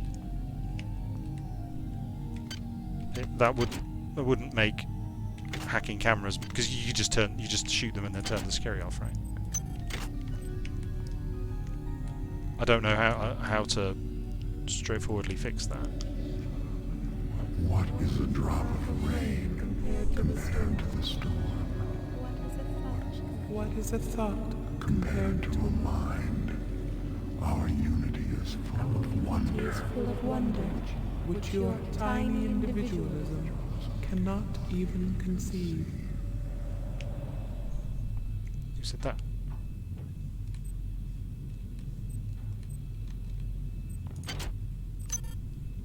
Deck 2 crew. Good work. That must be I'm grassy. uploading some cybernetic modules. Find an upgrade unit as soon as you can and improve your rig. That must be grassy.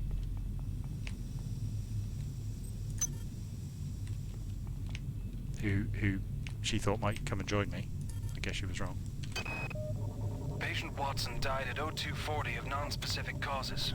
Despite zero respiratory and brain function, the body is still displaying autonomous motor function, as does the parasite. At 0847, the patient even spoke to one of the nurses. Autopsy is set for 1630, and then we'll see what makes this Lazarus tick.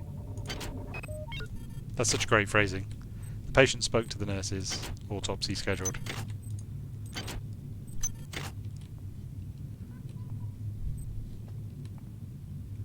What do you think that is? It's indestructible. I'm not entirely sure where I am now. Like, I came through a window and I'm not 100% sure.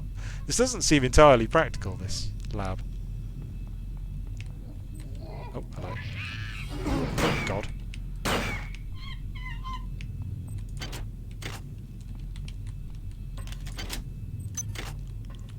Oh, ah! Why is there a turret there? There's a security station around there. Power drained.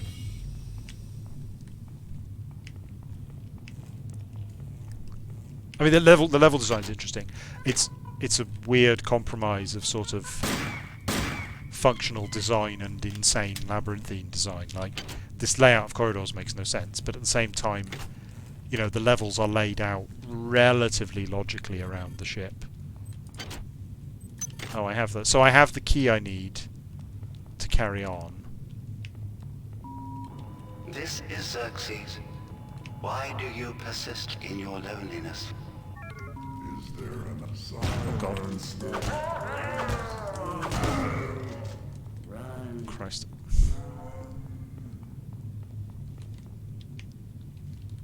Where was that? Where was that medical thing? There it is. Kill me! Yeah, it's pro. What was that? Oh, I'm not strong enough. Where did that shotgun go? Oh, there it is.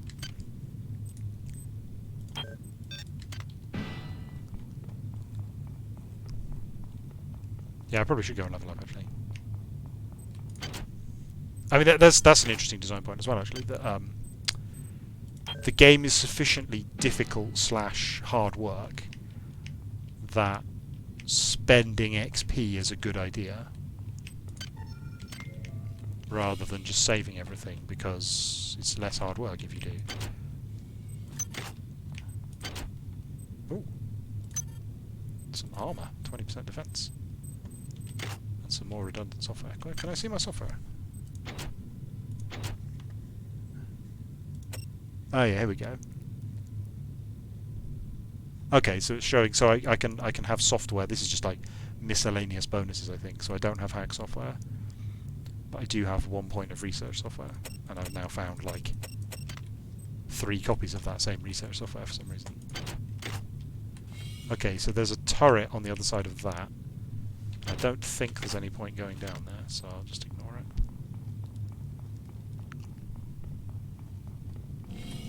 And I haven't gone in the various radiation areas.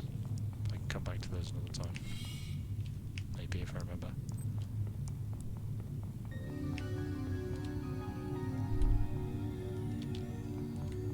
I think I explored everything down there. Okay, I'm going to dump some stuff out of my inventory, I think.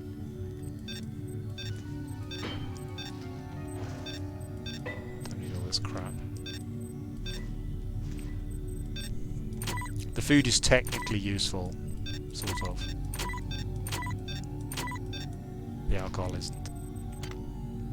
I think it drains your psi points. Good. You've made it into the crew sector. Now find Dr. Watt's room. Well, I'm just carrying everything. Actually, I'll tell you what. Why don't we go back and spend some XP?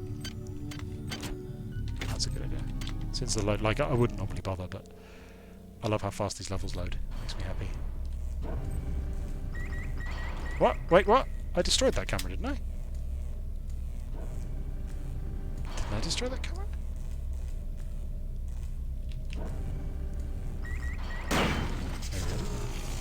I know I destroyed it before I loaded, but...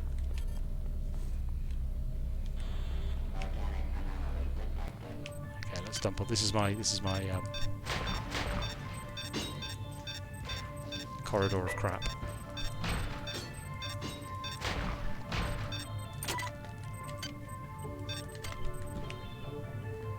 I probably shouldn't just pick this stuff up in the first place, right?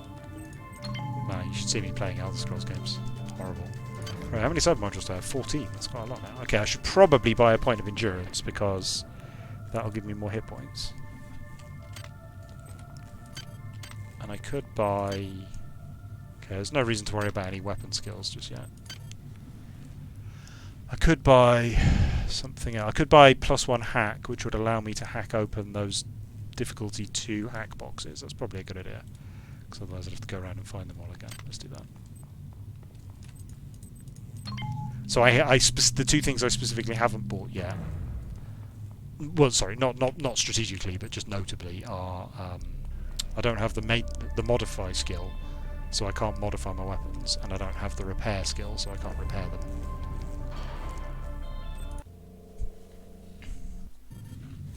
So I'm going to need to save up and buy those soon. Right, let's go to crew. Okay, so we are still looking for the code. We're trying to get down to deck 1 so we can turn on the power so we can get up to deck 3. And to get down to deck 1 we need the code to the maintenance access hallway, which Dr. Watts has, I think she said. Is it Dr. Watts? So we've gone through into the crew quarters. Oh. Electro paintings. Art server. I'd never noticed that before. I think that must be the texture mod. Art server offline. I mean, it seems to be working.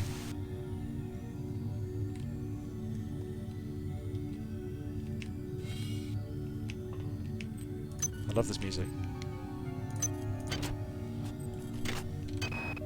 We have picked up a transmission from the surface of Tau Ceti 5. I've been in negotiation with Captain Diego of the Rickenbacker, and after some coercion, he's agreed to go planetside as a joint venture. Imagine, this historic mission might even become more historic. First contact. And who is there to get exclusive rights to all media, patents, and land grants? Yes. Really, I told you this would be worth it.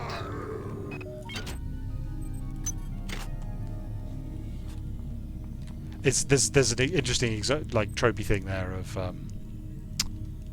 Hi there. Please make your selection. Can hack that? No, I need 3. This vending machine sells frag grenades. That's helpful. The audio logs are a really good way of telling a story, right? Like, they work really well. But it's weird and implausible that people would just leave these logs lying around. I'm assuming that wasn't Korenchkin's quarters. So, why did he leave an audio log there? And he just, I don't know, don't care. You just have to kind of accept it with this genre.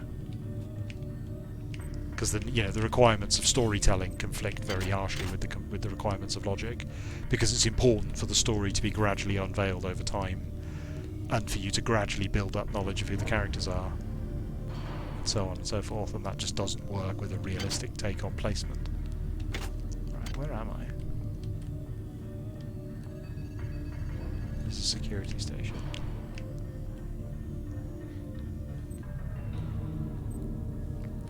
Security console. Security system. Goddamn Bronson and her stupid procedures. She's changed the code on the Medsci 2 sub-armory again. Now I've got to head back up to Deck 4 to find out what it is. Somebody's gonna frag her but good someday. Okay, so this is the Medsci 2 sub-armory, I think. Because this is Security Station 2. Oh no, this is Station 1. What? Oh, I don't know then. I don't know the code and I can't hack it, but the code is on Deck 4. Wait, aren't I on Deck 4? Which deck is... No, this is Deck 2. Which deck's 4? You'd think I would know. Oh, so this is an extra... It's okay. The monologues themselves are okay. Like, it's an okay conceit that people are keep. You know the captain's log conceit in Star Trek, and I think it's an okay conceit that people do that. It's just unusually common for people to keep audio diaries. But yeah, I mean, my pet hate is the. Was the game I was playing recently that did that? Oh, it was Resident Evil 3.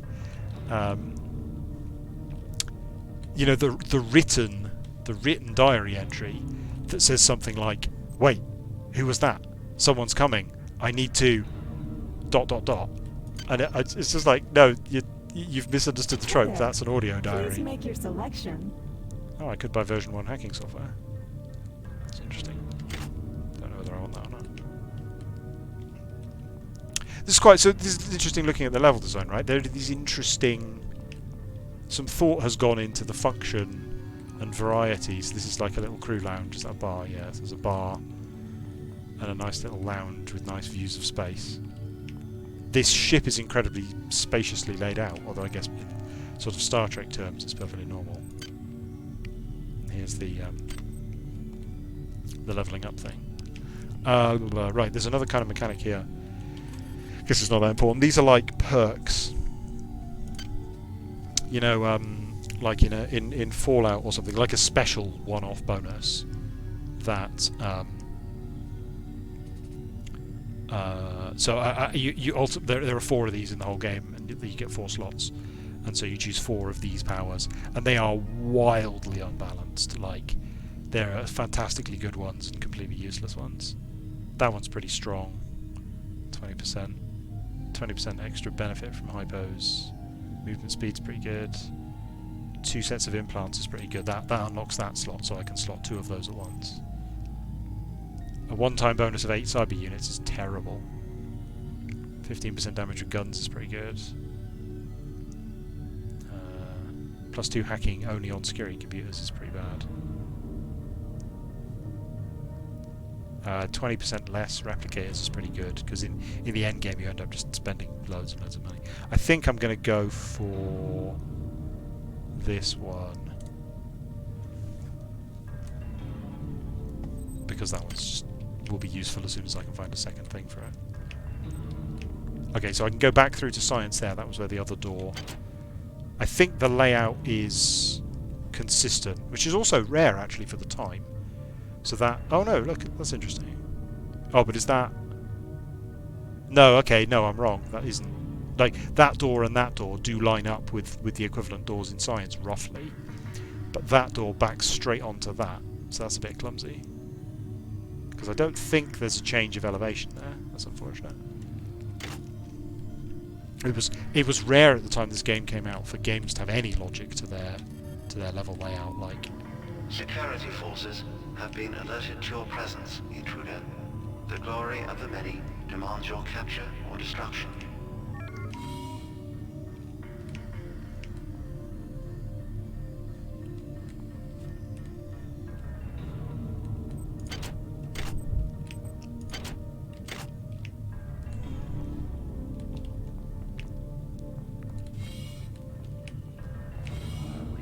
Your flesh will welcome us.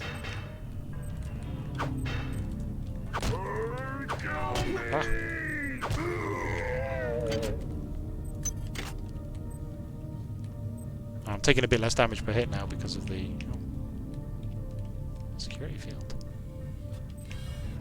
Oh, password. Oh, I can hack it. 50% difficulty. I can hack that as well. Some grenades.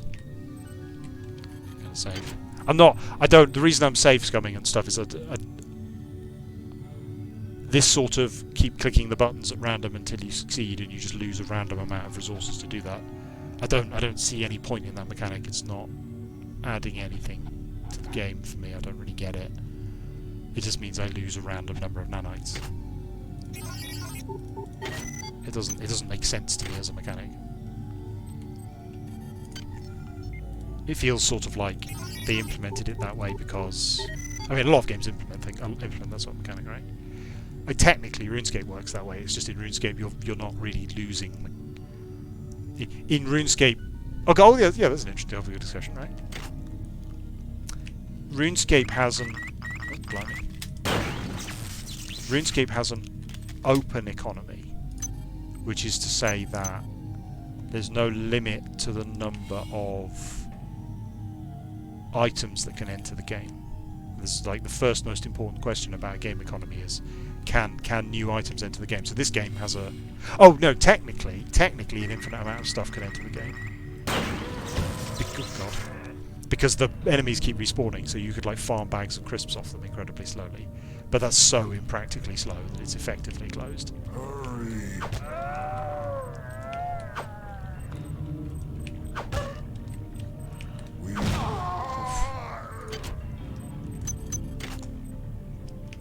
So practically speaking, there's a finite amount of stuff in the game. And if there's a finite amount of stuff in the game, that means that every inefficiency matters. Oh, this quarter has a huge like bit chucked out of it in order to accommodate the weird security thing in the other one. How weird.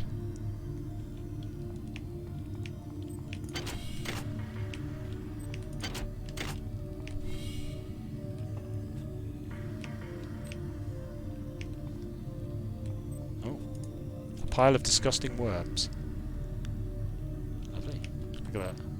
Look at that spray. Beautiful.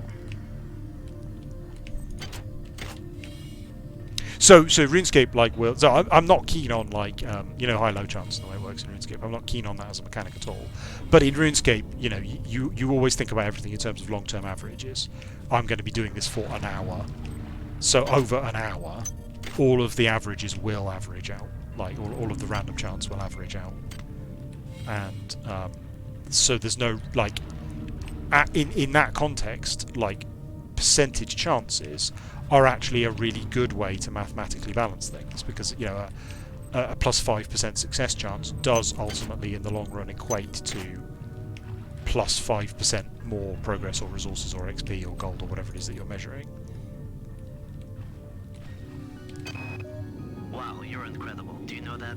I made this game where I tried not to make myself think about you. What a moron. I love you, Rebecca, and I've got the plan. I've been buttering up the captain to transfer me from the Rickenbacker to the Goodwill team on the Von Braun. Pretty soon, nothing will keep us apart.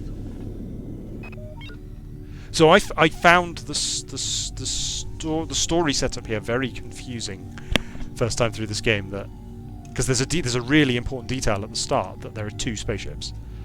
There's the Von Braun and the Rickenbacker, and despite being a soldier from the Rickenbacker, I'm on the Von Braun.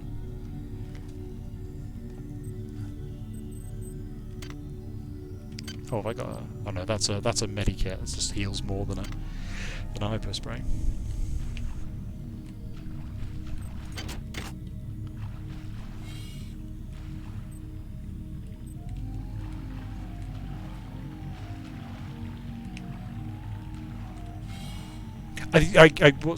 What did this game inspire? Dead Space is hugely inspired by this. Like, Dead Space is basically a System Shock, but in third person and with the horror amped up. Marie, I'm sorry I've been out of touch, but I've been working on that artifact Bayless brought back from Tau City 5. I've done a level 3 analysis on it. I think it's some kind of artificial intelligence. I've managed to pull an audio tag file out of its memory. I'll let you be the judge.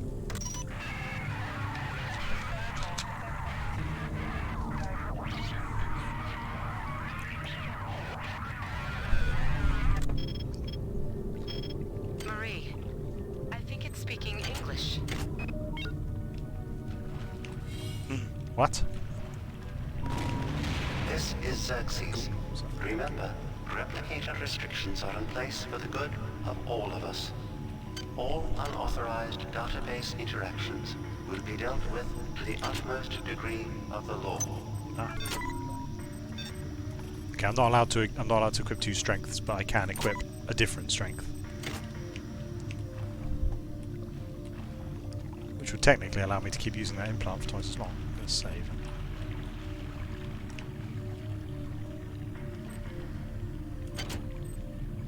Yeah, Dead Space is very heavily inspired by this game, but it feels very different. The writing is a lot more sort of action movie, like sci-fi B-movie action. Even though it's Dead Space is legit body horror, but it's not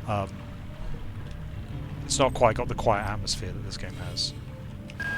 Watts isn't here, so he's probably in his office in the R&D sector. Great. Maybe he's got a backup R&D card in here. Take a look around. Oh, it's Dr. Watts' room. I don't think all the rooms are labelled. No, they're not. Oh, some of those are toilets on me. I'll go check back upstairs. But this is Dr. Watts who I was looking for. R&D access card and another game pick.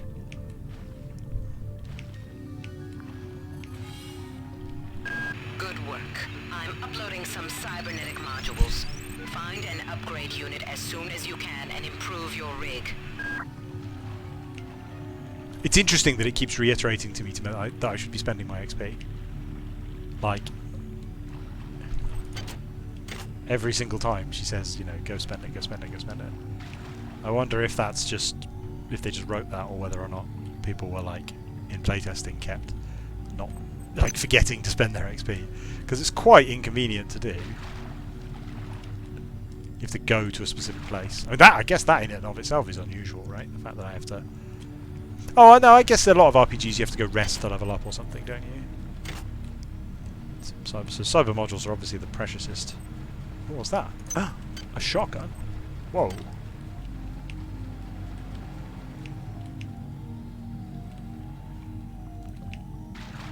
That was worth exploring.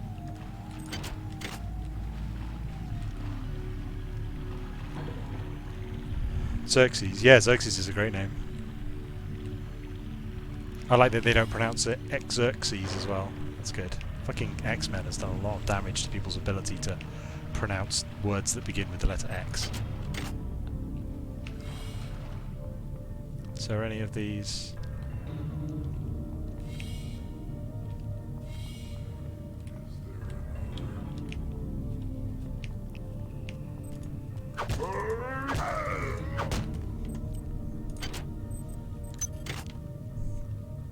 I should make a pile of stuff, right? Okay.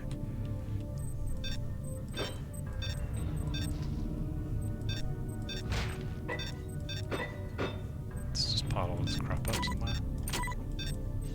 I think I'll keep the second Brawn Boost implant for now because... Okay, Okay, I'll have a shotgun now as well.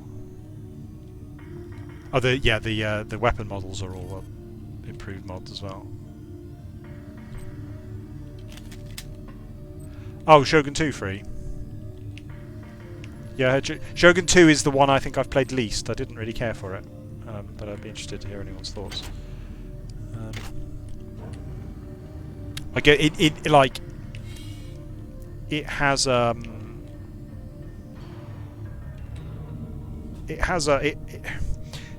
one of the problems with the other Total War games that Shogun doesn't have. What's that one? Oh, I see. That's the right. So I need to get back out of here, don't I? Where am I going? I'm going back to crew, which is this way. Sorry, no, not back to crew. Back to science. Did I clear out this whole area? Yes, I think I did. There were a couple of radioactive rooms in research that I didn't go to, but I can go through here. Okay, we know where R&D is because we got lost trying to find it before.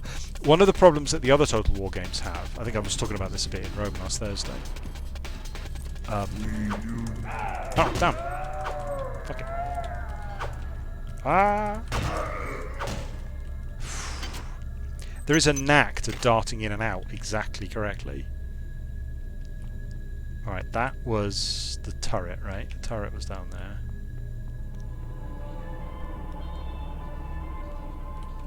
Should probably save. And that was the recharge station. So I should probably go recharge, actually. That's a good idea.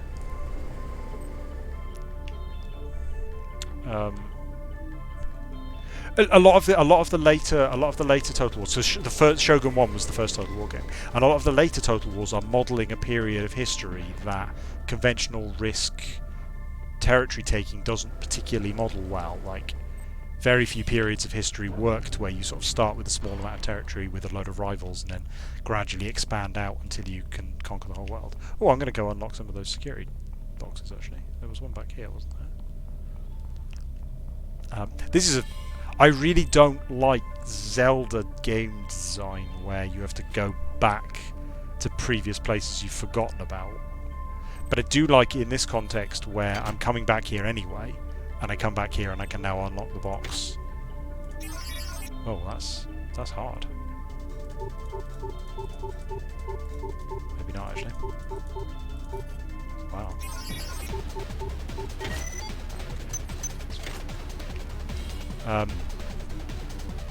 But Shogun and Shogun 2 do model a period of history in which it worked pretty much like that. Like, in that period of Japanese history, there were just a bunch of clans that all controlled territory and then fought with each other until, you know, there were only a couple left, and then eventually someone captured the whole country. And, you know, so actually, like, in terms of realism, it fits quite nicely.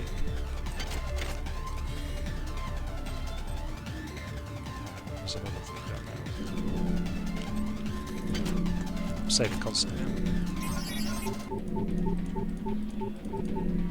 Look at this gameplay.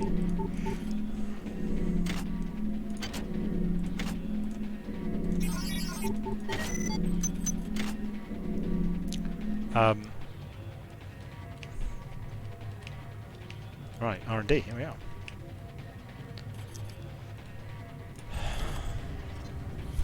Good work. Here are some more cyber modules. Spend them wisely. They're not easy to locate. It's helpful that she can just beam them to me. Where am I now? I'm here. Okay.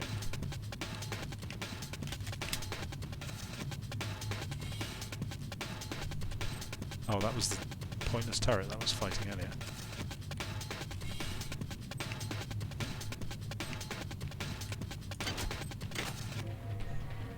Well, see you, Day.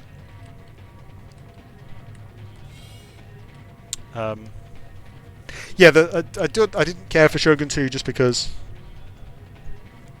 it's not a period of history that super excites me. I think if you're more of a... Dr. Watts is alive and in his office. Oh. He should know the code to the maintenance access shaft. Hurry! He's been badly wounded. Don't let him die before he tells you that number.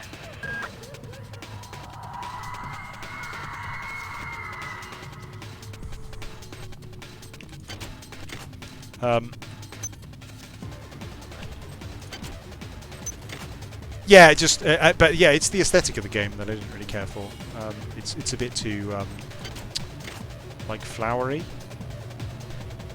It looks really good, but it doesn't get me in the mood for warfare. What's that here? That's sort of so those are kind of like a precious resource that you have to remember where they are and come back to. That's another. I think. Like the kind of game design that Dark Souls is getting back to, where it's important to like remember and master the map and learn where things are and know where to go back to, and you know your knowledge of things is rewarded. So much corporate calisthenics I can go through before I start to feel a little queasy. So let's get down to brass tacks here. We don't like each other. We each have our own motivations for undertaking this mission, so let me give you a little warning. I cannot be circumvented. I cannot be tricked. I cannot be manipulated. And I cannot be bought. You come at me straight, and keep the fancy maneuvers for your next board meeting. Just because my father swam with the sharks doesn't mean that I do.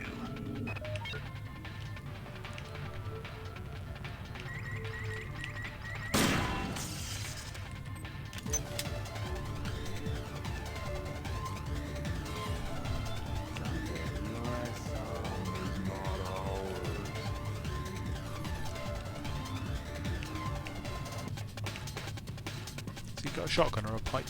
He's got a pipe. So you can't. I think you can see it. It's impossible to see on the original game models, but on these upgraded ones, you can see that something's. I don't think you can tell which way round it is, but what it's supposed to be depicting is that something's burst out of his chest and grabbed hold of his brain. Maybe we can see it if I kill him. We have a look at the body. Come on, bro. Oh. No. Bait the swing, that's what I'm not doing, right? Oh no, he's fallen. He's fallen in exactly the wrong place, never mind. I wonder if there's going to be a place to replenish my health here.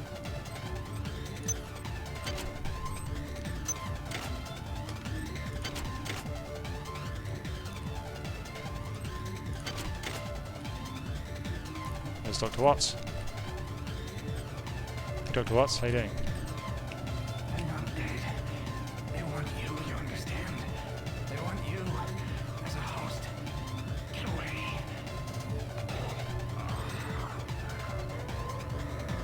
No! No, Dr. Watts! Oh, shit. Right, that's bad. How do we load? I think there was a healing thing there to use. Okay, let's try baiting the swing. Let's do it. Okay. It's they're very overdramatic, aren't they?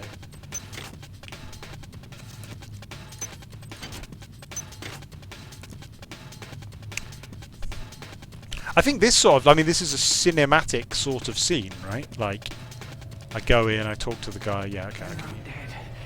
They want you, you understand? They want you as a host. Get away. This sort of cinematic scene where I walk into a room and then enemies charging behind me was pretty rare. Half-Life did it. But it wasn't the default way things were done at the time. And now it's just, you know, every game of any sort is like this. I imagine Kirby works like this these days. Shit. That is not going to be very effective, is it? Sorry. I'm going to get murdered if I can't get it.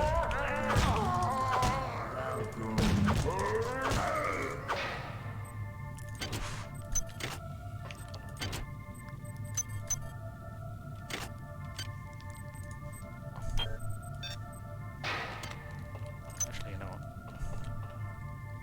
Did he give me the code? Wait, did he give me the code? I don't think he did.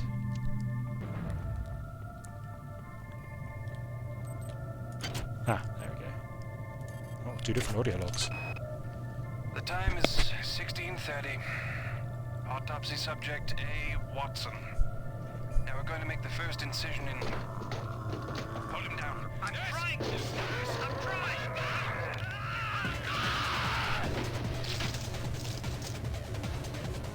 Oh.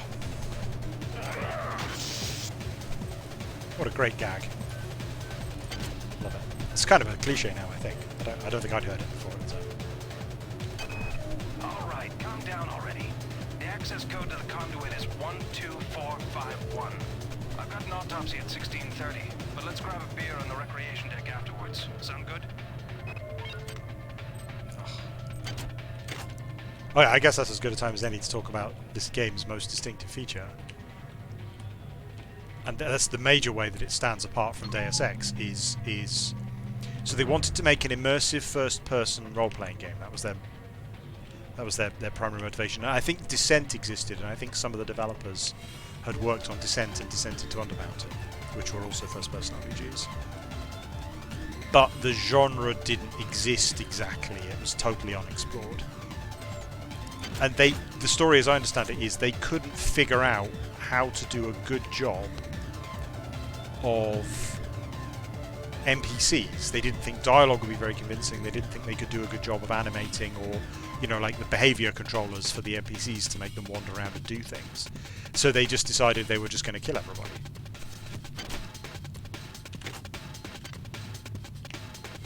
So because they didn't think technically they could do a thing. So as a consequence, like if you go compare with, say, Deus Ex, I think Deus Ex has dated a lot worse because Deus Ex much more boldly tries to do a lot more, but it can't really at a technical level do those things.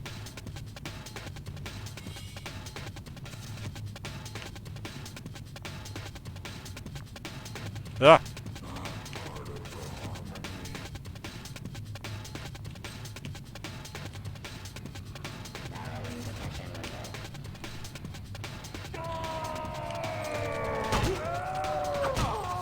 Oh god. How did the robot get out? Okay, hang on. Okay, I've got some more piercing bullets.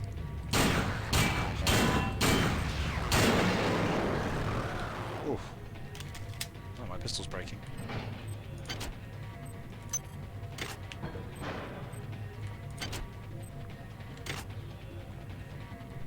Switch back to the other kind of ammo. It does. So the very quote realistic like gear system does occasionally produce weird results, like oh, you know what, I should probably put the weapons in a different place, shouldn't I? Because I'm putting all this crap here. But the actual usable weapons I should probably put somewhere else. How about over here? Oh, except not that.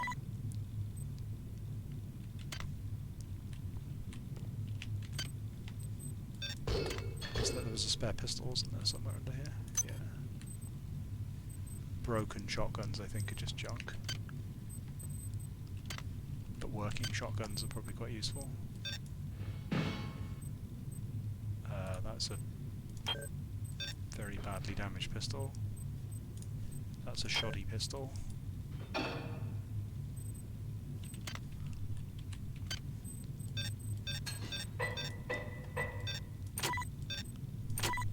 So yeah, so it has this realistic inventory system where it's possible to get yourself in a situation where when you push the button to change ammo in your gun, you don't have enough ammo to put the old ammo into your inventory.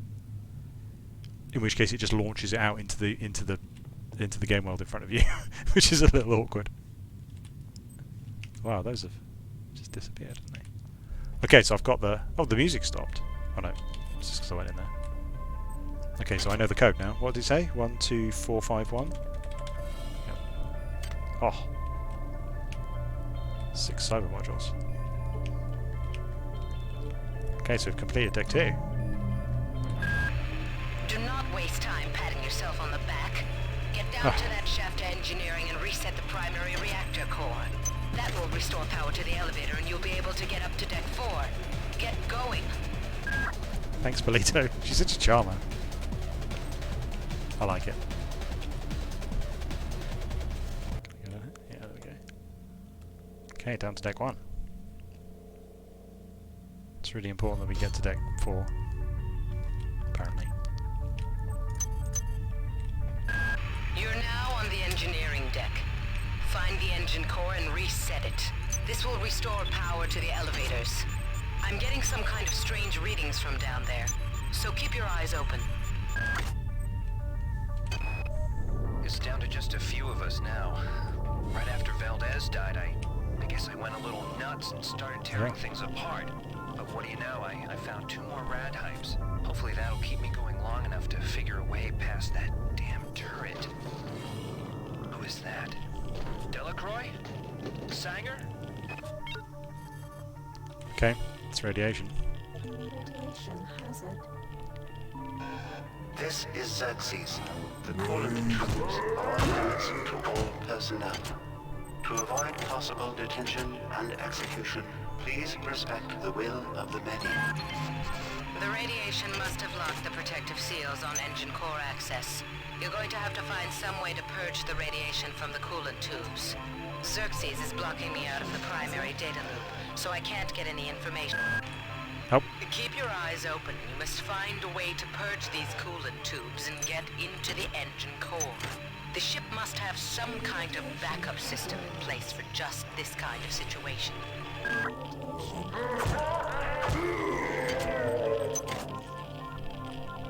So radiation builds up, and I think the more full your the more full your radiation bar is, the more. Oh, all right. So because I haven't unlocked the respawn station on this deck yet, I just die. Brilliant. Good thing I saved. Let's do a proper save, actually. Radiation hazard. This is Xerxes. The coolant tubes are on limits to all personnel. To avoid possible detention and execution, please The respect the radiation will must have of locked the the many. protective seals on engine core access. You're going to have to find some way to purge the radiation from the coolant tubes. Xerxes is blocking me out of the primary data loop, so I can't get any information to help you. He's working for them now. Oh, that's quite an important final line. Radiation hazard. Just spam hypos. Keep your eyes open. You must find a way to purge these coolant tubes and get into the engine core. The ship must I don't have actually know some where I'm kind going. of backup system in place for just this kind of situation. I do kind of look like I know where I'm going, but I don't. Ah, shuttle bay. Okay, so I can purge my radiation by using a radiation hypo. If I don't do that, it discharges itself and does me damage.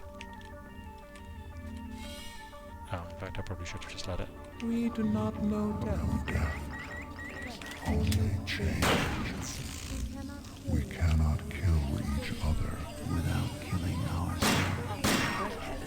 Is your vision so small that you Sad. cannot see the bounds of our way? Hi there. Please make your selection.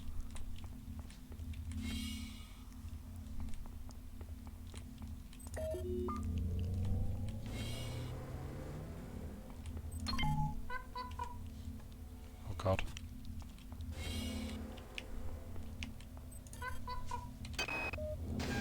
Delacroix was right. This ship was not ready for prime time. Okay, the automatic safety seals have shut due to the radiation leak in the tubes. I'm gonna head down to engineering control. I think I can use the fluidics monitoring computer to purge the tubes. I'm interested, those of you who are watching who haven't played this game, which I'm assuming is most of you, if you've played other games that are similar, like Dead Space, Bioshock, that kind of thing, how does this game seem to you by comparison? Because it's kind of difficult for me to judge, having played this one long before.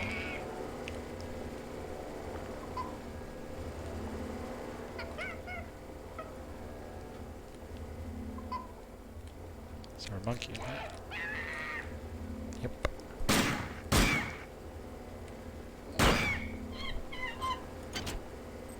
Oh, a security console. What? Weird place to put a security console. Okay, so that's that. The elevator we're trying to get to work comes out here. So I can dump crap on the floor next to it in case I need it. This game doesn't have... The reason I'm dumping stuff randomly on the floor is because there's no bank or anything like that, so... If I want anything, I'm going to have to just come back and find it. Alright, what did I... So I ran through these... I ran like crazy through the tunnels. So I didn't go anywhere. I didn't go in there or down there or in there. I wonder if I can turn off the radiation before I do that. So I don't have to go explore some radiated tunnels. Weirdly cramped. Oh, I guess I'm in engineering, right? Oh, God! I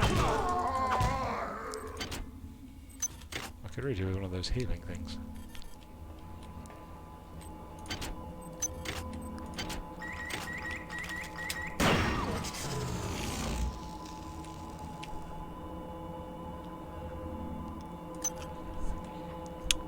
Yeah, well, what do you think, Donnie? I'm intrigued.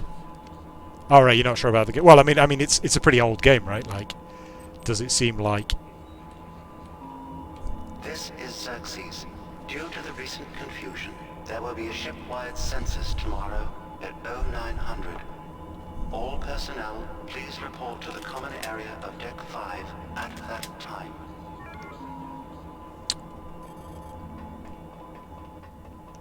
Shipwide census. Cargo base.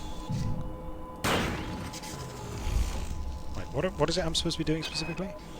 I've been unable to get in touch with This one. Nope, this one.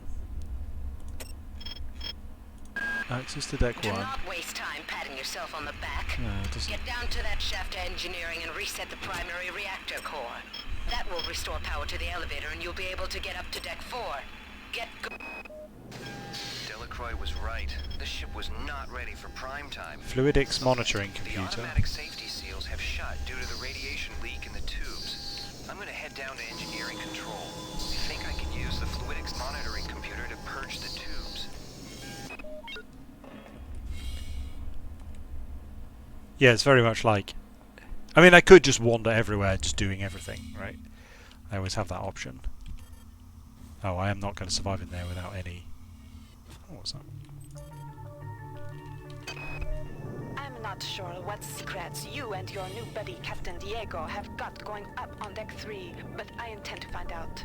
If you continue to refuse to meet with me and my staff, you will leave me no choice but to register a complaint with corporate. If you want to take me seriously, perhaps Sergeant Bronson and her security staff will.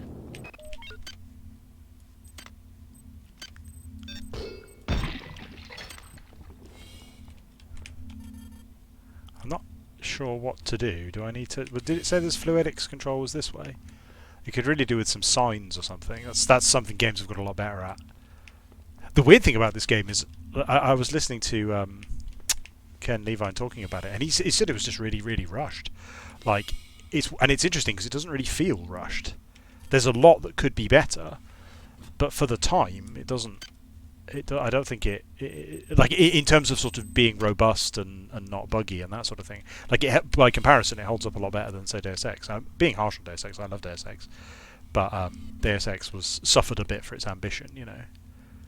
Right, what should I do? I think what I'll do is I'll use that because that'll heal me to full. I think. Will it? And I can get back out in the tunnels. Yeah, there we go.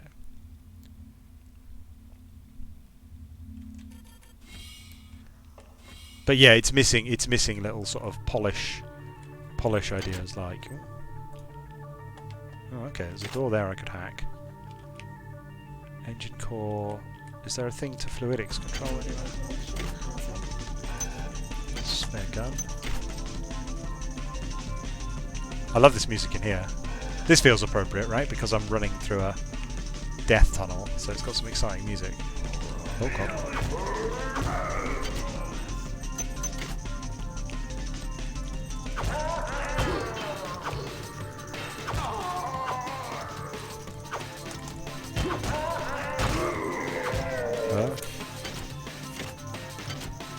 Oh, it's not radioactive here.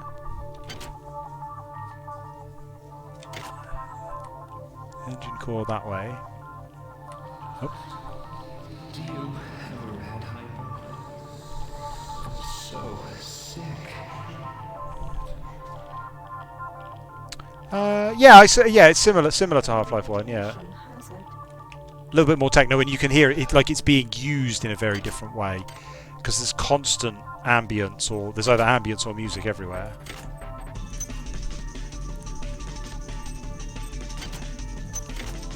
Whereas Half-Life 1 had that weird, like, undeveloped thing where music just randomly plays. Actually, I think in Half-Life 1 it played off the CD. I don't think I even had music. You must move faster. Your mind cannot conceive of the stakes we are dealing with. Keep your eyes open for utility storage 4. I've laid in some supplies there. The passcode is 59004. Got to get to deck. The many demands the termination of this exchange. We regret any inconvenience. Yeah, I think I couldn't play CD music at the time or something like that. I did have a legal copy of Half-Life, much to my dismay, because there was a bug in Half-Life 1. There was a really serious bug in Half-Life 1 where it assumed it was installed inside Sierra/Half-Life. And when you uninstall it, it just uninstalled everything in the Half-Life directory and the directory above the Half-Life directory. And I installed it in Games/Half-Life, so it just destroyed my entire hard drive. And I lost a massive amount of saves and data and stuff because Half-Life just ruined my hard drive. So thanks, Sierra. Before I couldn't get rid of those jarheads from the Rickenbacker. Now I can't find one for love or money. That creepy OSA guy followed me around for 2 months until he got pinned. Now I'm trying to contact him to see if he knew. That's unfortunate. Yeah, that was a cool thing Games did at the time, right? They would just play whatever music was in the thing. Yeah, I had the opposite experience with Tomb Raider. Tomb Raider 1 I had it played the music off the CD. Tomb Raider 1 had this fantastic ambience. You must move faster. But my game sounds didn't work.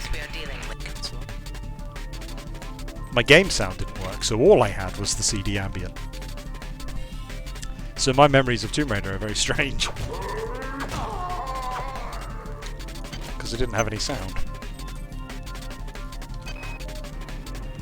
Before I couldn't get rid of those jarheads from the Rickenbacker. Now I can't find one for love or money. That creepy OSA guy followed me around for 2 months until he got pinned. Now I tried to contact him to see if he knew what was going on, but all of a sudden, he won't return my mail. I don't know how it chooses which pistol to wield. I assume it's like the highest repair one that has ammo in it or something like that. Not actually sure. Anatoly, you must open up the planet to the scientific staff of this vessel. If there is something down there, it's bigger than Triumph, it's bigger than the UNN, and it's bigger than you. And why have you and Diego shut off Deck 3? What's going on?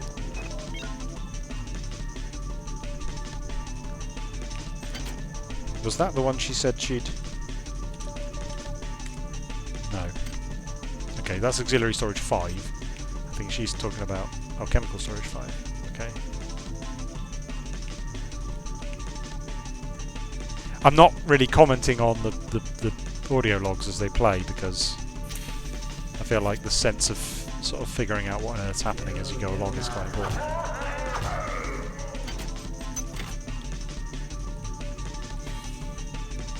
Okay, was storage for this one then? Nope. Oh god. Some sort of horrible worm.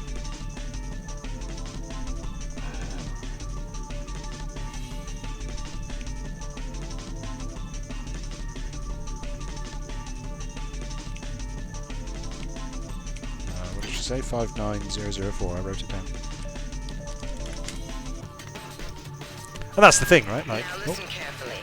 The xenomorphs who have hijacked this ship are presumably from the surface of Tau City 5. They've been able to infect a number of crew members through an extremely invasive parasitical technique. They've also demonstrated the ability to control the actions of others through some form of limited telepathy. Find the research soft, understand them, then kill them.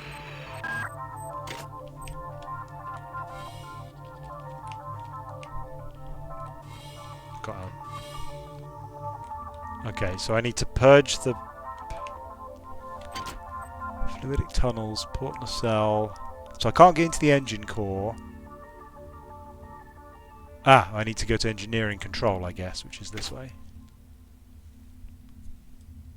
Oh, what did I cut when I was... Am I still talking? Did I cut out when I was talking about Tomb Raider there?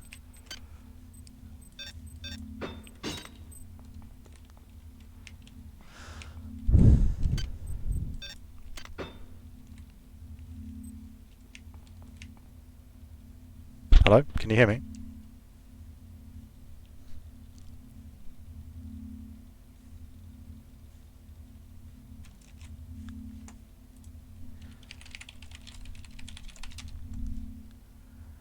Oh.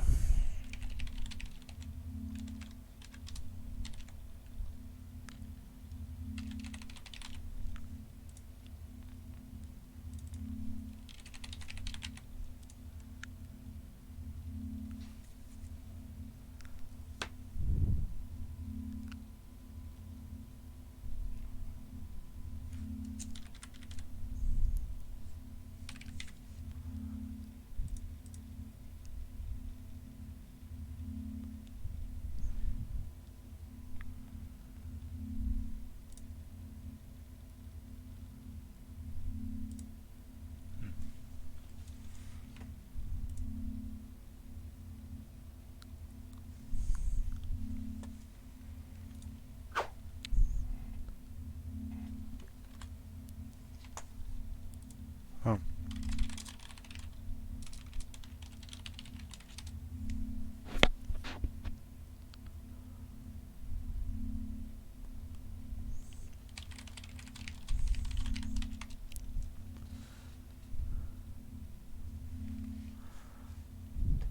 Apparently Twitch is broken. Great. I'm still recording. I'm just not broadcasting. I guess that's a good place to stop then.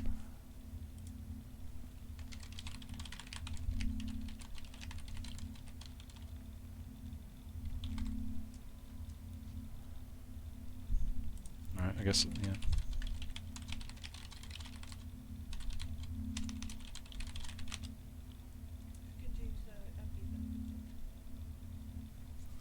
Right, well, Twitch has apparently stopped broadcasting everything, so since I need to stop within the next half an hour anyway, I guess I'll stop there. I assume it'll start working about 2 minutes after I stop, but I'm intending to continue next Monday, I think, and more Rome Total War 2 on Thursday.